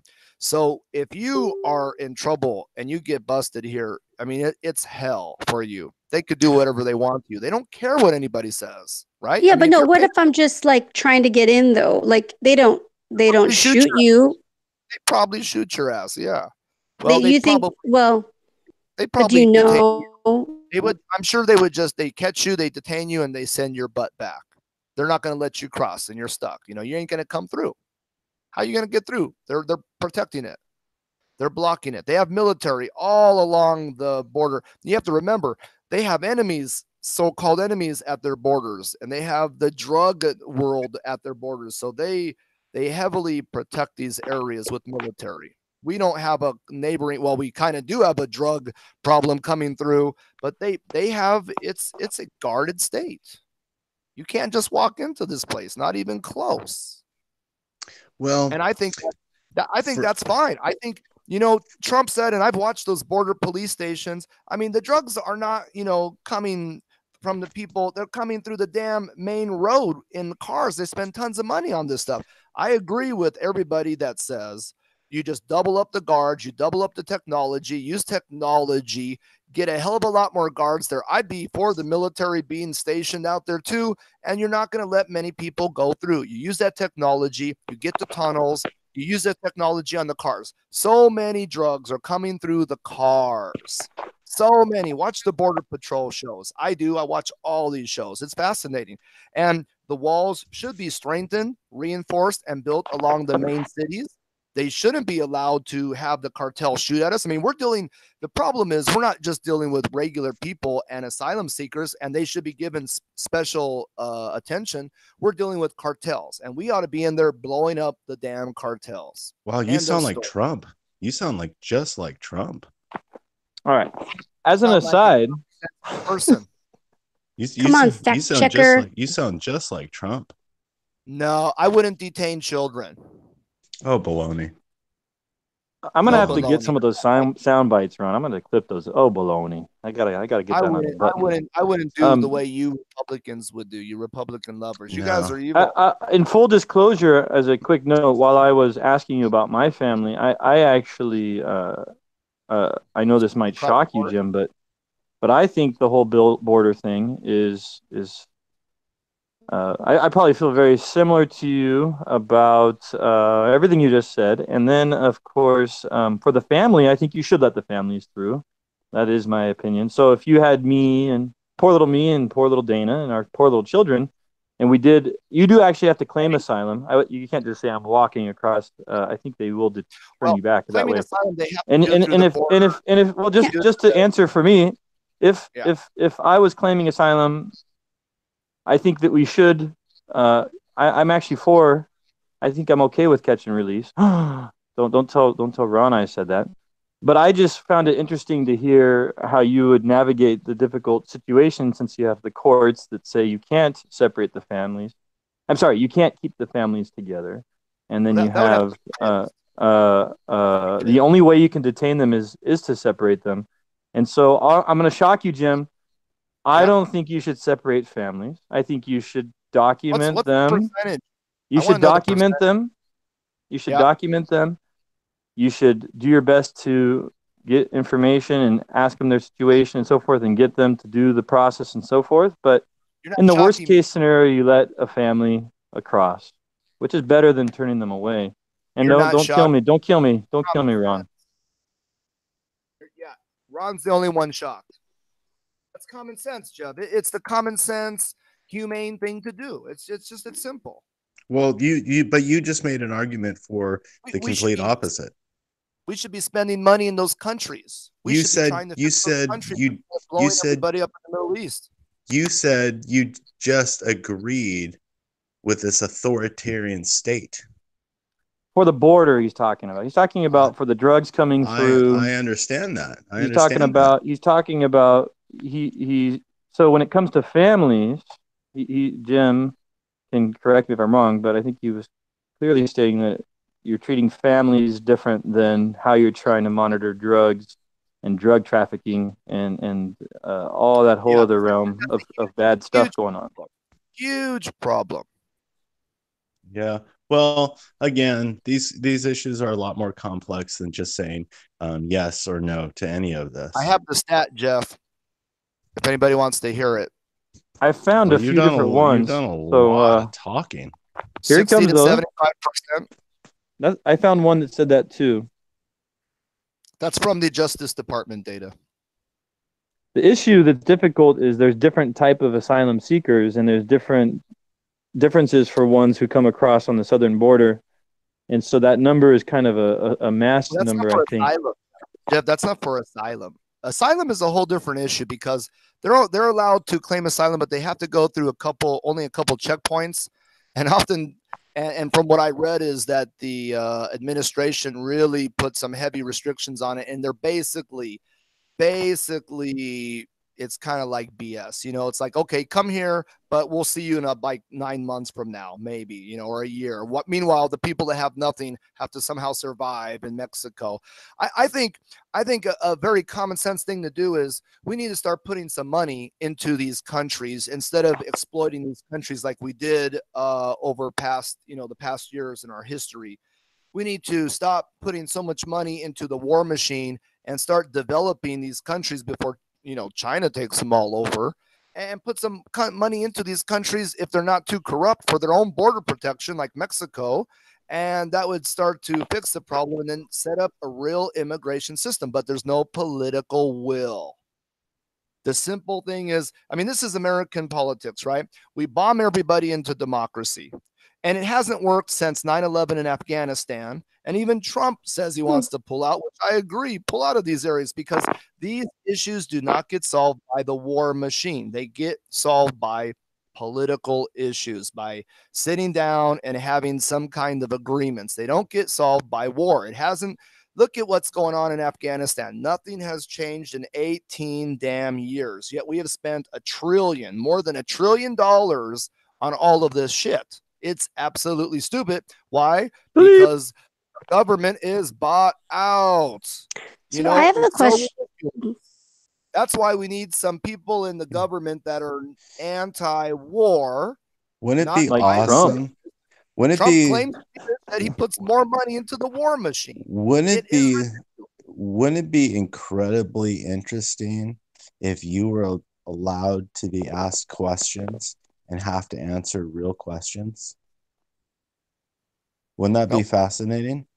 Because really. at this point, though not everything you're saying I would disagree with, but you're just making a lot of statements and you're just saying a lot of things without mentioning the complexity of all these issues. And you're continuously throwing out stuff and just saying this and this and this and this. And it's like, well, hold on. You have to pause for a minute. You have to consider each of those things and talk them through. You just can't say, well, Trump's cold-hearted, blah, blah, blah, and Republicans and blah, blah, blah. That's not how this all works. Really? That's not how this, yeah, no, that's not how, that's not how it works in Ron's world, giving opinions and facts. Of course that works on college campuses where people's feelings come your hero. Yeah, the great Ben Shapiro. I'm going to talk so fast. You don't even know what I'm going to say, and I'm going to make it sound like I won the argument. And you know, and video, and video after video goes just like this. You see the same thing happening. Mr. Shapiro is great at that. You see the same thing happening. You see somebody trying to make a point, Anyways, trying Ron, to ask real questions. Ron, and really, you see this. Ron, you see the social. So, Jeff, that's what I would do. You know, immigration policy needs to actually be handled, right? It needs to be handled with compassion, with some common sense. And even though Ron is whining and complaining, I'm just giving my opinion because you asked me what I would do. And I was telling you about how China works. And I think their system, you know, I mean, it may not be, but well, first of all, you don't have a border of people trying to come over. But if they did, they'd be probably shot because, you know, now here's the interesting question. Do you want to live in a country and a society that is that way? Now, I live here. I know what it's like.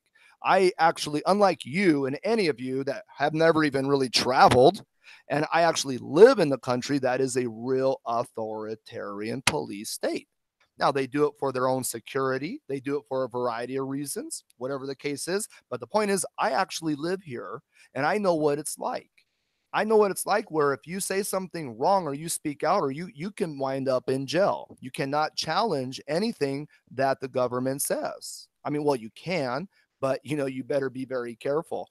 You know, the human rights lawyers, the NGOs, the religions, they're all getting crushed because you have to give, you know, you have to give all honor to what? To the government. You know, I know some Republicans would like that and Trump would really love it. Trump loves the authoritarians, doesn't he? I'm sure because if you misgender somebody like that. And here's the bigger issue. America often claims to be a Christian nation, a nation of immigrants, and etc. And we're supposed to be the moral light of the world. And you know, in some respect, even though we have a bad history and we don't really do things for the right reason, we do it for oil and profits for the big companies, right? I mean, that's what really America's about. But at least you can speak freely without fear of being thrown in jail. You can go and protest. You can voice your complaints. You can do certain things like this. The law is somewhat the law unless you're rich in America, right? I mean, let's be real. Another great, wonderful thing of our great government. But here, if you want to have a country that's super strict and hard that Trump loves, he loves Duterte, he loves Putin, he loves these dictators. You know, if you lived in those kind of countries, you wouldn't, I don't think you'd have the same opinion. I live here. I know what it's like.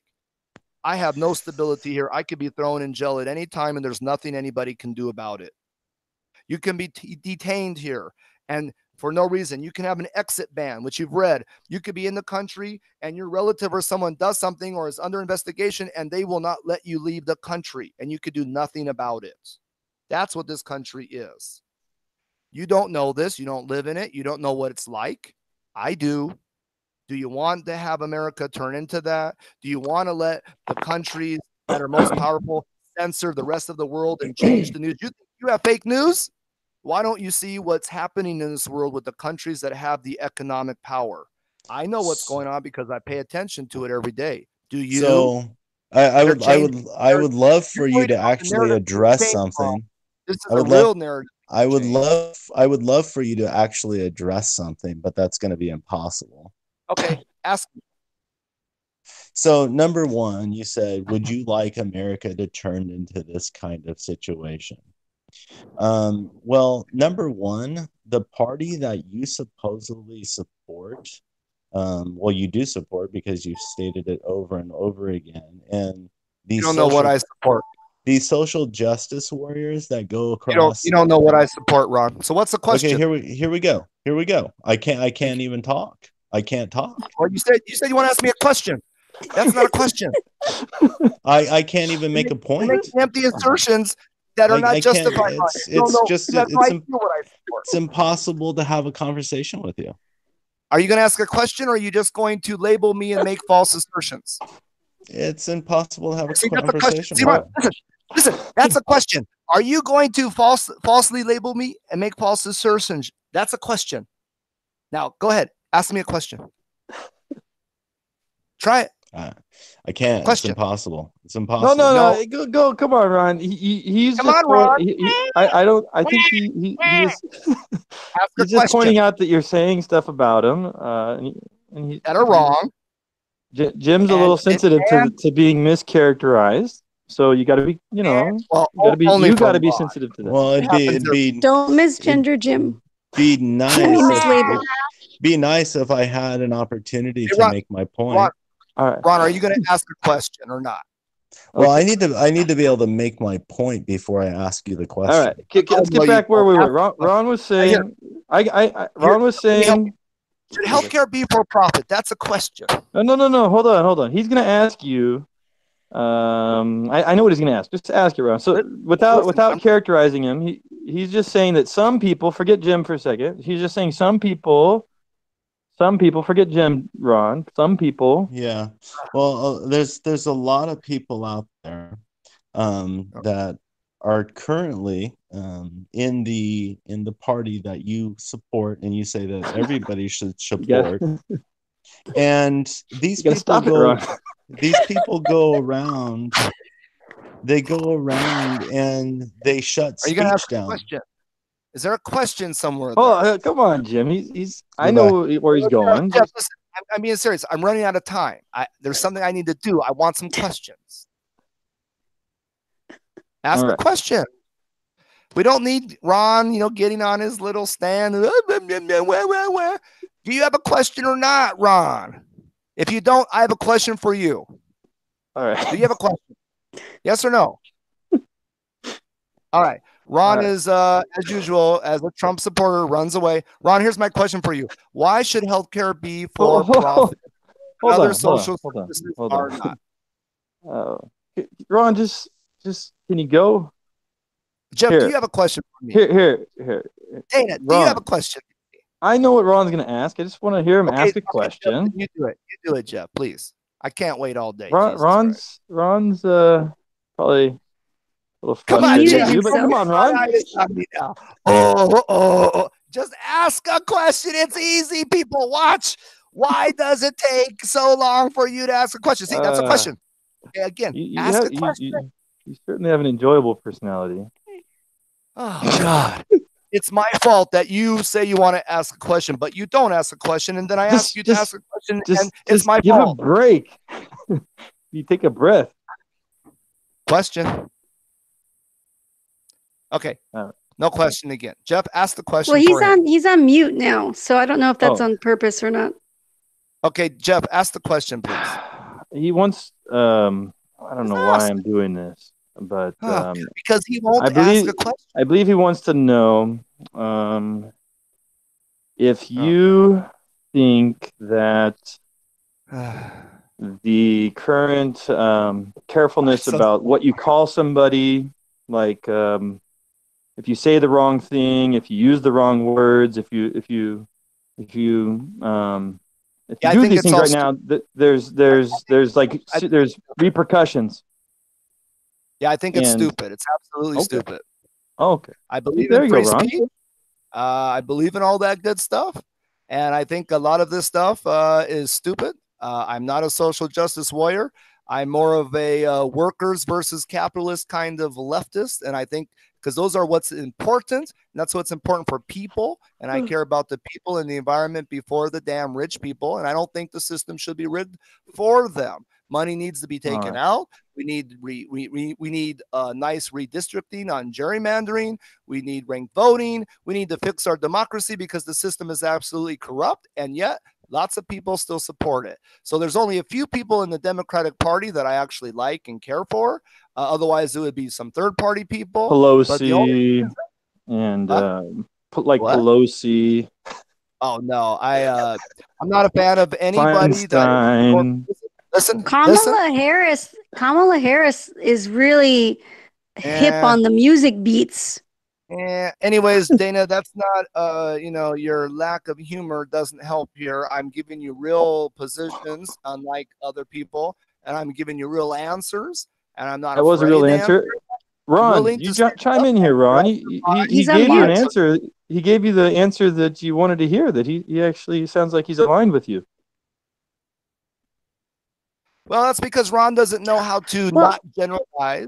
Ron doesn't know how to really think critically and objectively and just make lots of assumptions about everything.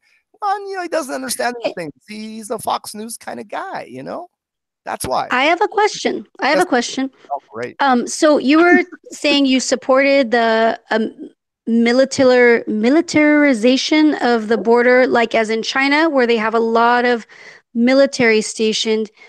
It seems like that would be far more expensive than putting up the wall because you have to pay those people in our country. You have to pay them and provide for them. I was surprised at the cost of what the Pentagon put out for putting the military there. My assumption would be, and I always thought, heck, all you got to do is train a bunch of MPs. We already have MPs in the force. Maybe you get a unit or here. They put a little base there, and I thought it would be more cost effective.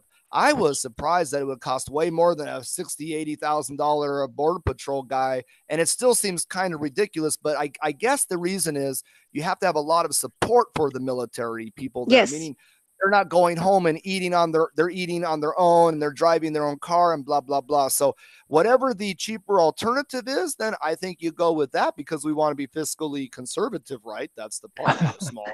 So I would think that a wall, like basically from most facets of life, building something is cheaper than paying somebody day after day to patrol.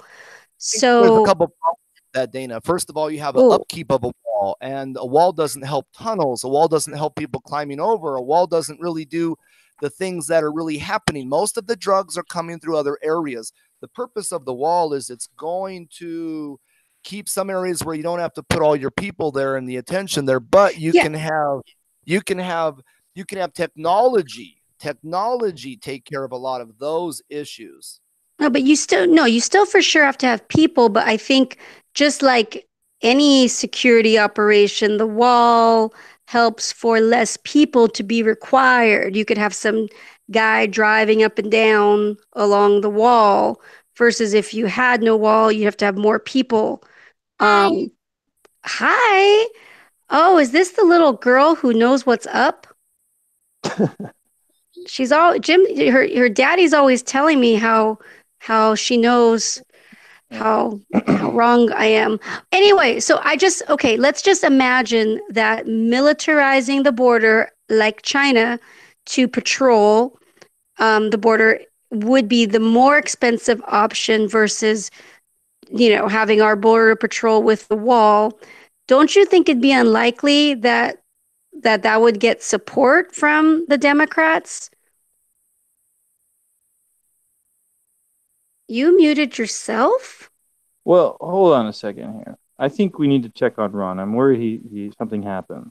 I asked a question and he muted himself. He did mute himself. He may have done it by accident. He's got children around. Hello? There's a crying baby. I can't hear you right now. Hold on. So Ron is did he go to the bathroom? Did he get injured? I'm just listening. Listening. Okay. Is it like if one is muted, the other will talk, but they're not going to be together in the same room anymore? That could be Wait, it. no, hey. Well, Jeff. What? I have to say I was surprised to hear the amount of support that our comrade Jim expressed for the military on the border as a way to prevent the flow of different people. I don't think I don't like drugs, but from what I've heard, the drugs are coming more through vehicles. Sorry. Hello. Sorry. But I am scared of some of the people who come over, like, as Jim mentioned, cartels. I don't know if I mentioned on this show, but my extended family has had kidnappings happen and being held for ransom in Mexico.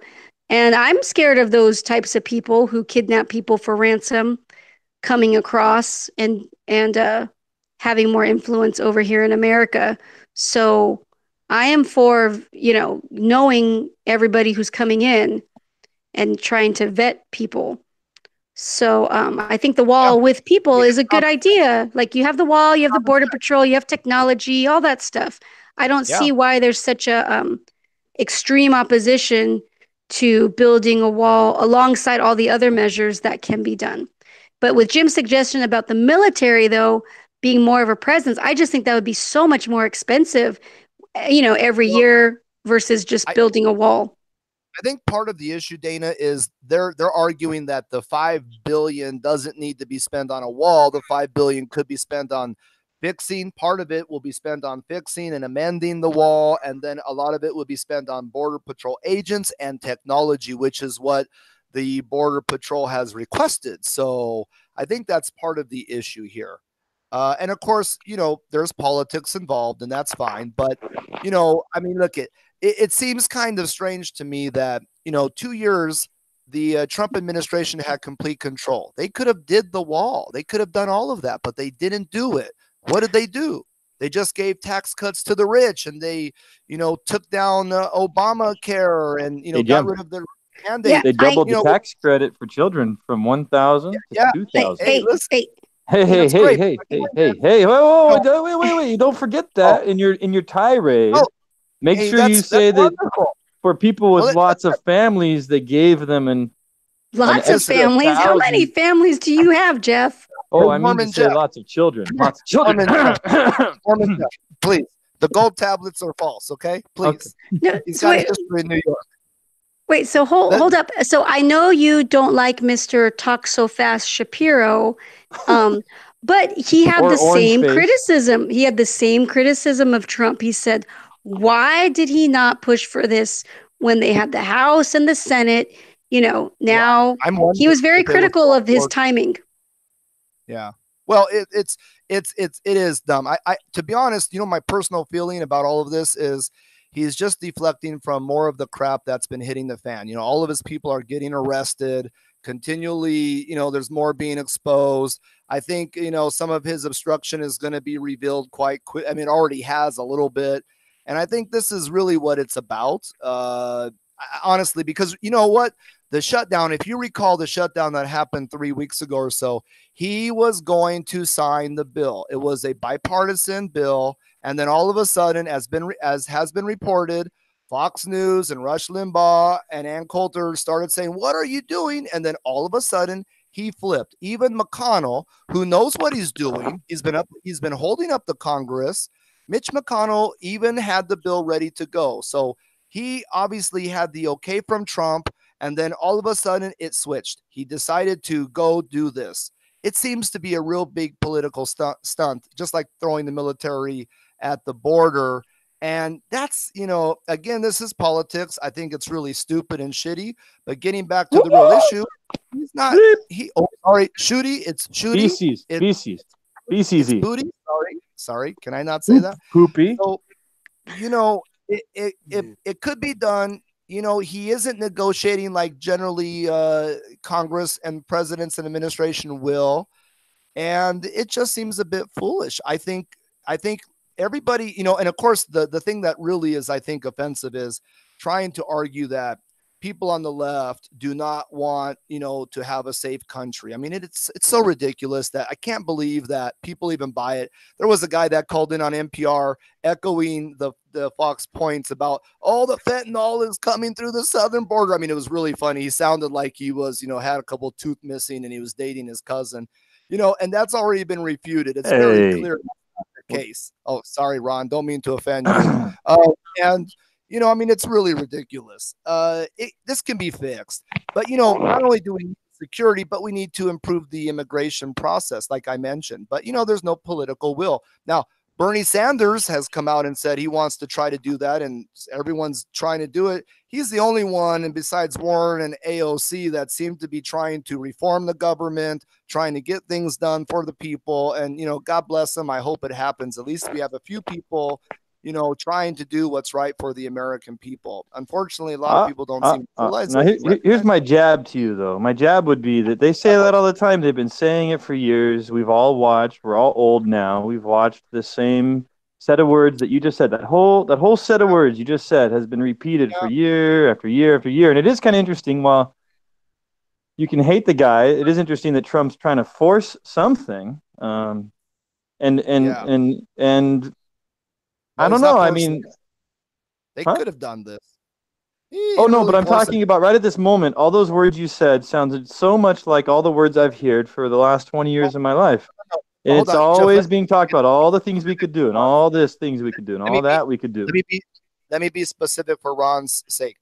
Bernie Sanders and Senator Warren have come up with a couple legislations or laws that would really keep capitalism and Wall Street greed down. No Republican does that, and very few Democrats do that. Pelosi and Schumer, these guys are a part of the establishment. You only have a few real progressives in there that are actually trying to pass policy. I mean, even Pelosi, she put people on the board of the energy board that are not people that are pro-green and that. Why do you hate me and Dana and us? What is it that we get wrong? Because you sure sound a lot like if when you talk, you Dana sound. came up with philosophy that you guys are just aligners. You're not evil. You just align with evil. It's completely different.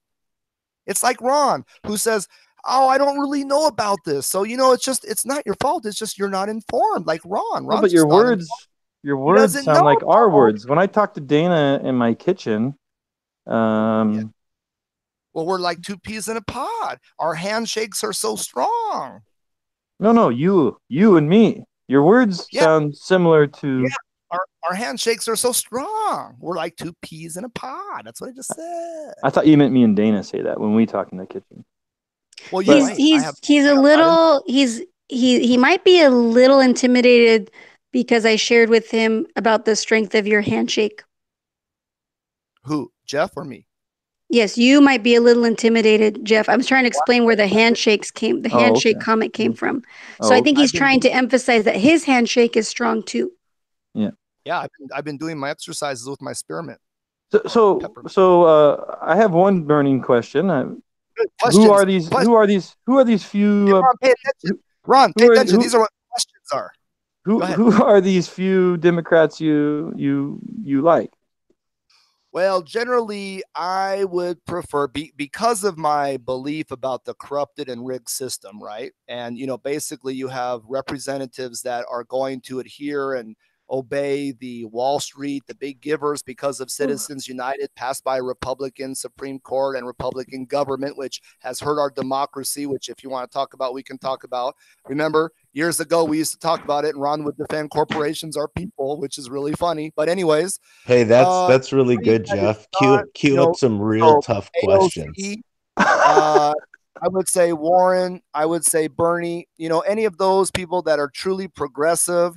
And that now Bernie is more of a socialist Democrat like AOC. Warren would consider she would say she's a capitalist. I think she's just, pandering a bit, but they're still trying to reform the system to make it, like a Sweden and a Denmark, a socialist Democrat company, or even like a Canada where, they offer a lot of these social programs where they don't let Wall Street run the country, where they don't let the rich people run the country and have all the influence. I mean, that's why our democracy has been destroyed. I mean, it's really obvious to anybody. And, we need worker rights, like Alan today posted regarding the teachers. Unions are good. Consumer affairs for the people are good. The EPA is good. It's this false mantra that's put out that, small government, everybody is a small government person until their food and water is poisoned. Then they say, where's the government? How come they're not protecting us? Well, when you cut all the people and employees off, well, hello, no wonder why. Right? Now, a comment about, so you just Denmark? Hey, just keep talking so no real questions can be asked. No, Ron, you're being disingenuous again, Ron. Hold on. Let's address the elephant or the liar in the room. You just asked me a question, and I answered you clearly about the people that I like. And then, of course, you get some talking point from the right. Hannity comes on and says, "Oh, you see, no answer, blah blah blah." Well, Ron, you're lying again. I answered. No. I think what he means is I'm not asking you hard-hitting questions. Yeah. Well, no. It's a matter of fact. All this really is like an MSNBC episode or an NPR episode. It's all the same garbage, all the same talking points, all the same stuff. None of it's and here's what they've allowed happen. They've allowed you just to go on with all this nonsense without any real conversation. Jeff, do you have any questions and that's very interesting. Do you have any questions, Ron or Jeff? You want to add me some tough questions? So why do you call Denmark a socialist country? No, a socialist democratic country or whatever and they call it. So help me to understand, because I know, like, you heard probably in the news how they said stop calling us socialist. We're not socialist. Well, America is. There's a lot of socialized programs, Jeff. No, I'm saying like Denmark in the news. I think it's saying that why do you call us socialist when we're not socialist? So when you call Denmark a socialist country when they're not, and then you describe it as instead democratic socialism, what is it that you mean exactly? So what makes Denmark socialist, and what is it that they are doing that makes them socialist that we don't do? Well, they have the health care, they have the health care. It's basically they have a lot of social programs. Well, hold on. So we got healthcare. So the universal healthcare is what you mean when you say we should be like them. So universal healthcare. It's well, listen. First of all, I don't know specifically what they have. I don't live there. I don't follow their politics. But from my understanding, it's no different. And it doesn't matter if it's them or anybody else. It's the socialized programs that, in my opinion, that should be covered that are not covered, and they're privatized. I'm not a big fan of a lot of social things, issues, areas of life being privatized. So, for example, the police department, the fire department, I don't believe they should be privatized. I don't think education should be privatized. I think these do a social service, and so they ought to be socialized. And that's just my opinion on any particular topic. So is education a benefit, and our basics and necessities like living, having housing, affordable housing? When women get pregnant, can they have time off, or the husband? I think all of these things are important to life. And so what is socialism? Because why do you call it socialism? Those can just be government funded. I'm Jeff, I'm just using the term that they use or is used of these people. Some would call them, maybe other issues. So I'm not really sure. Don't quote me on that. I'm just giving you the terms that I hear or that I read, but they are different. The countries do offer more issues. And so, for example, healthcare, I've asked Ron, should it be for profit? And he never answered me. But it seems like there's a lot of people on the right and Republicans that I've been speaking to, a lot of the Christians I've been speaking to recently, the conservative, they say, yeah, it should be for profit. And so my point is, I don't see why you would make that for profit when it's a necessity and it's a benefit for the society as a whole. It's really just for profits. And really, when you get down to these things, a lot of this is because the lobbyists are paying a lot of money and the congressmen will do their bidding for them. And we know that. We know that's what this government is. That's why I'm not a fan of the Republican or Democratic Party. Boring. It's just that the Democratic Party, you get some crumbs from the table. But I'm interested in real change. So I'm interested in the real Democrats that don't take money from all of these corporations and big pharma and all of this, and because that way maybe they can actually serve the interest of the people rather than Wall Street. They're raping and destroying the people, and it's just not right. It's I think nothing humans about are this. important. I Nothing think we are about all Can these. I read this quote to you from Sure. see, it says, I know that some people in the US associate the Nordic model with some sort of socialism, he said. Therefore, I would like to make one thing clear. Denmark is far from a socialist planned economy. Denmark is a market economy. In Rasmussen's view, quote, the Nordic model is an expanded welfare state which provides a high level of security to its citizens, but is also a successful market economy with much freedom to pursue your dreams and live your life as you wish. And so regulated capitalism, Jeff. So it's more regulated capitalism. Yeah, but but is that what's going on there in Denmark? Are they doing regulated capitalism? Well, yeah, is restrictions on unbridled capitalism. That's why Senator Warren put forth that legislation to reel in Wall Street and the corporations' power, and I think it's the right way to go. I think it's the right direction for the country. So just more welfare. It's capitalistic welfare, as in you keep the capitalism going. You regulate the capitalism in a way that doesn't allow for all of the messed up things to occur, including, like you mentioned, some, how they get these people on the boards that make the decisions, and it just all gets messed up. So a more society, a more regulated capitalistic system, but ultimately it's just got a healthy amount of welfare spending. I mean, look at Sears. Sears goes out of business, right? They liquidate everything, and then their CEOs, they have no money to pay all the people they just laid off, right? But then they give their CEOs $25 million a pop. I mean, God, this is just disgusting. And this happens over and over again. I mean, look at the big banks. The big banks robbed everybody blind. They didn't get in trouble. And who bailed them out? The taxpayers. I mean, this is a really rigged, disgusting. But you tell me. This is just so classic. This is so classic. But you tell me. Like Enron screwed over California. Remember? Such classic and nonsense. Cheney. It's Ron, so if you were classic intelligent nonsense. and you understood any of this, you could chime in, but you really don't. You just do the talking points. This whole conversation is nonsense. Yeah, because you don't like it, because it goes against your shitty values, your values of greed. It's all nonsense. Species, poopy. It's all nonsense. It's all the same. It's all the same talking points without a conversation, without any real questions. It's boring. Ron, you can ask the question. Jeff can ask the question. Ask the question. Yeah, lobby up some real tough questions, like, who are your favorite Democrats, Jum?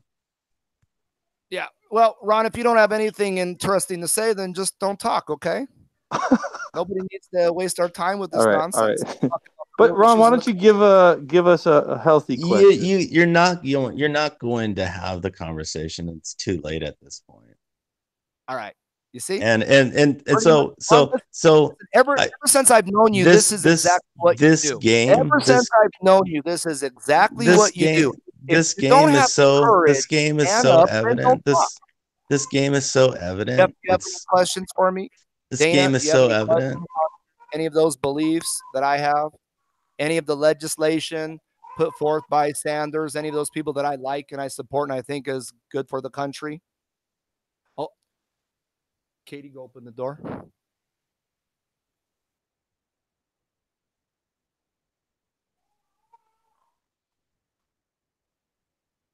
Well, it went silent. I don't know. Ron, you're hard to read. I don't know if you can do a self-reflection on yourself, but if you think about it from the perspective of me, for example, you just go silent sometimes, and it's just kind of awkward. Not really, Jeff. I get cut off and I get steamrolled because nobody's interested in asking real questions. That's the truth of the matter. So if you listen to this conversation, any objective person hearing it, when you pretend like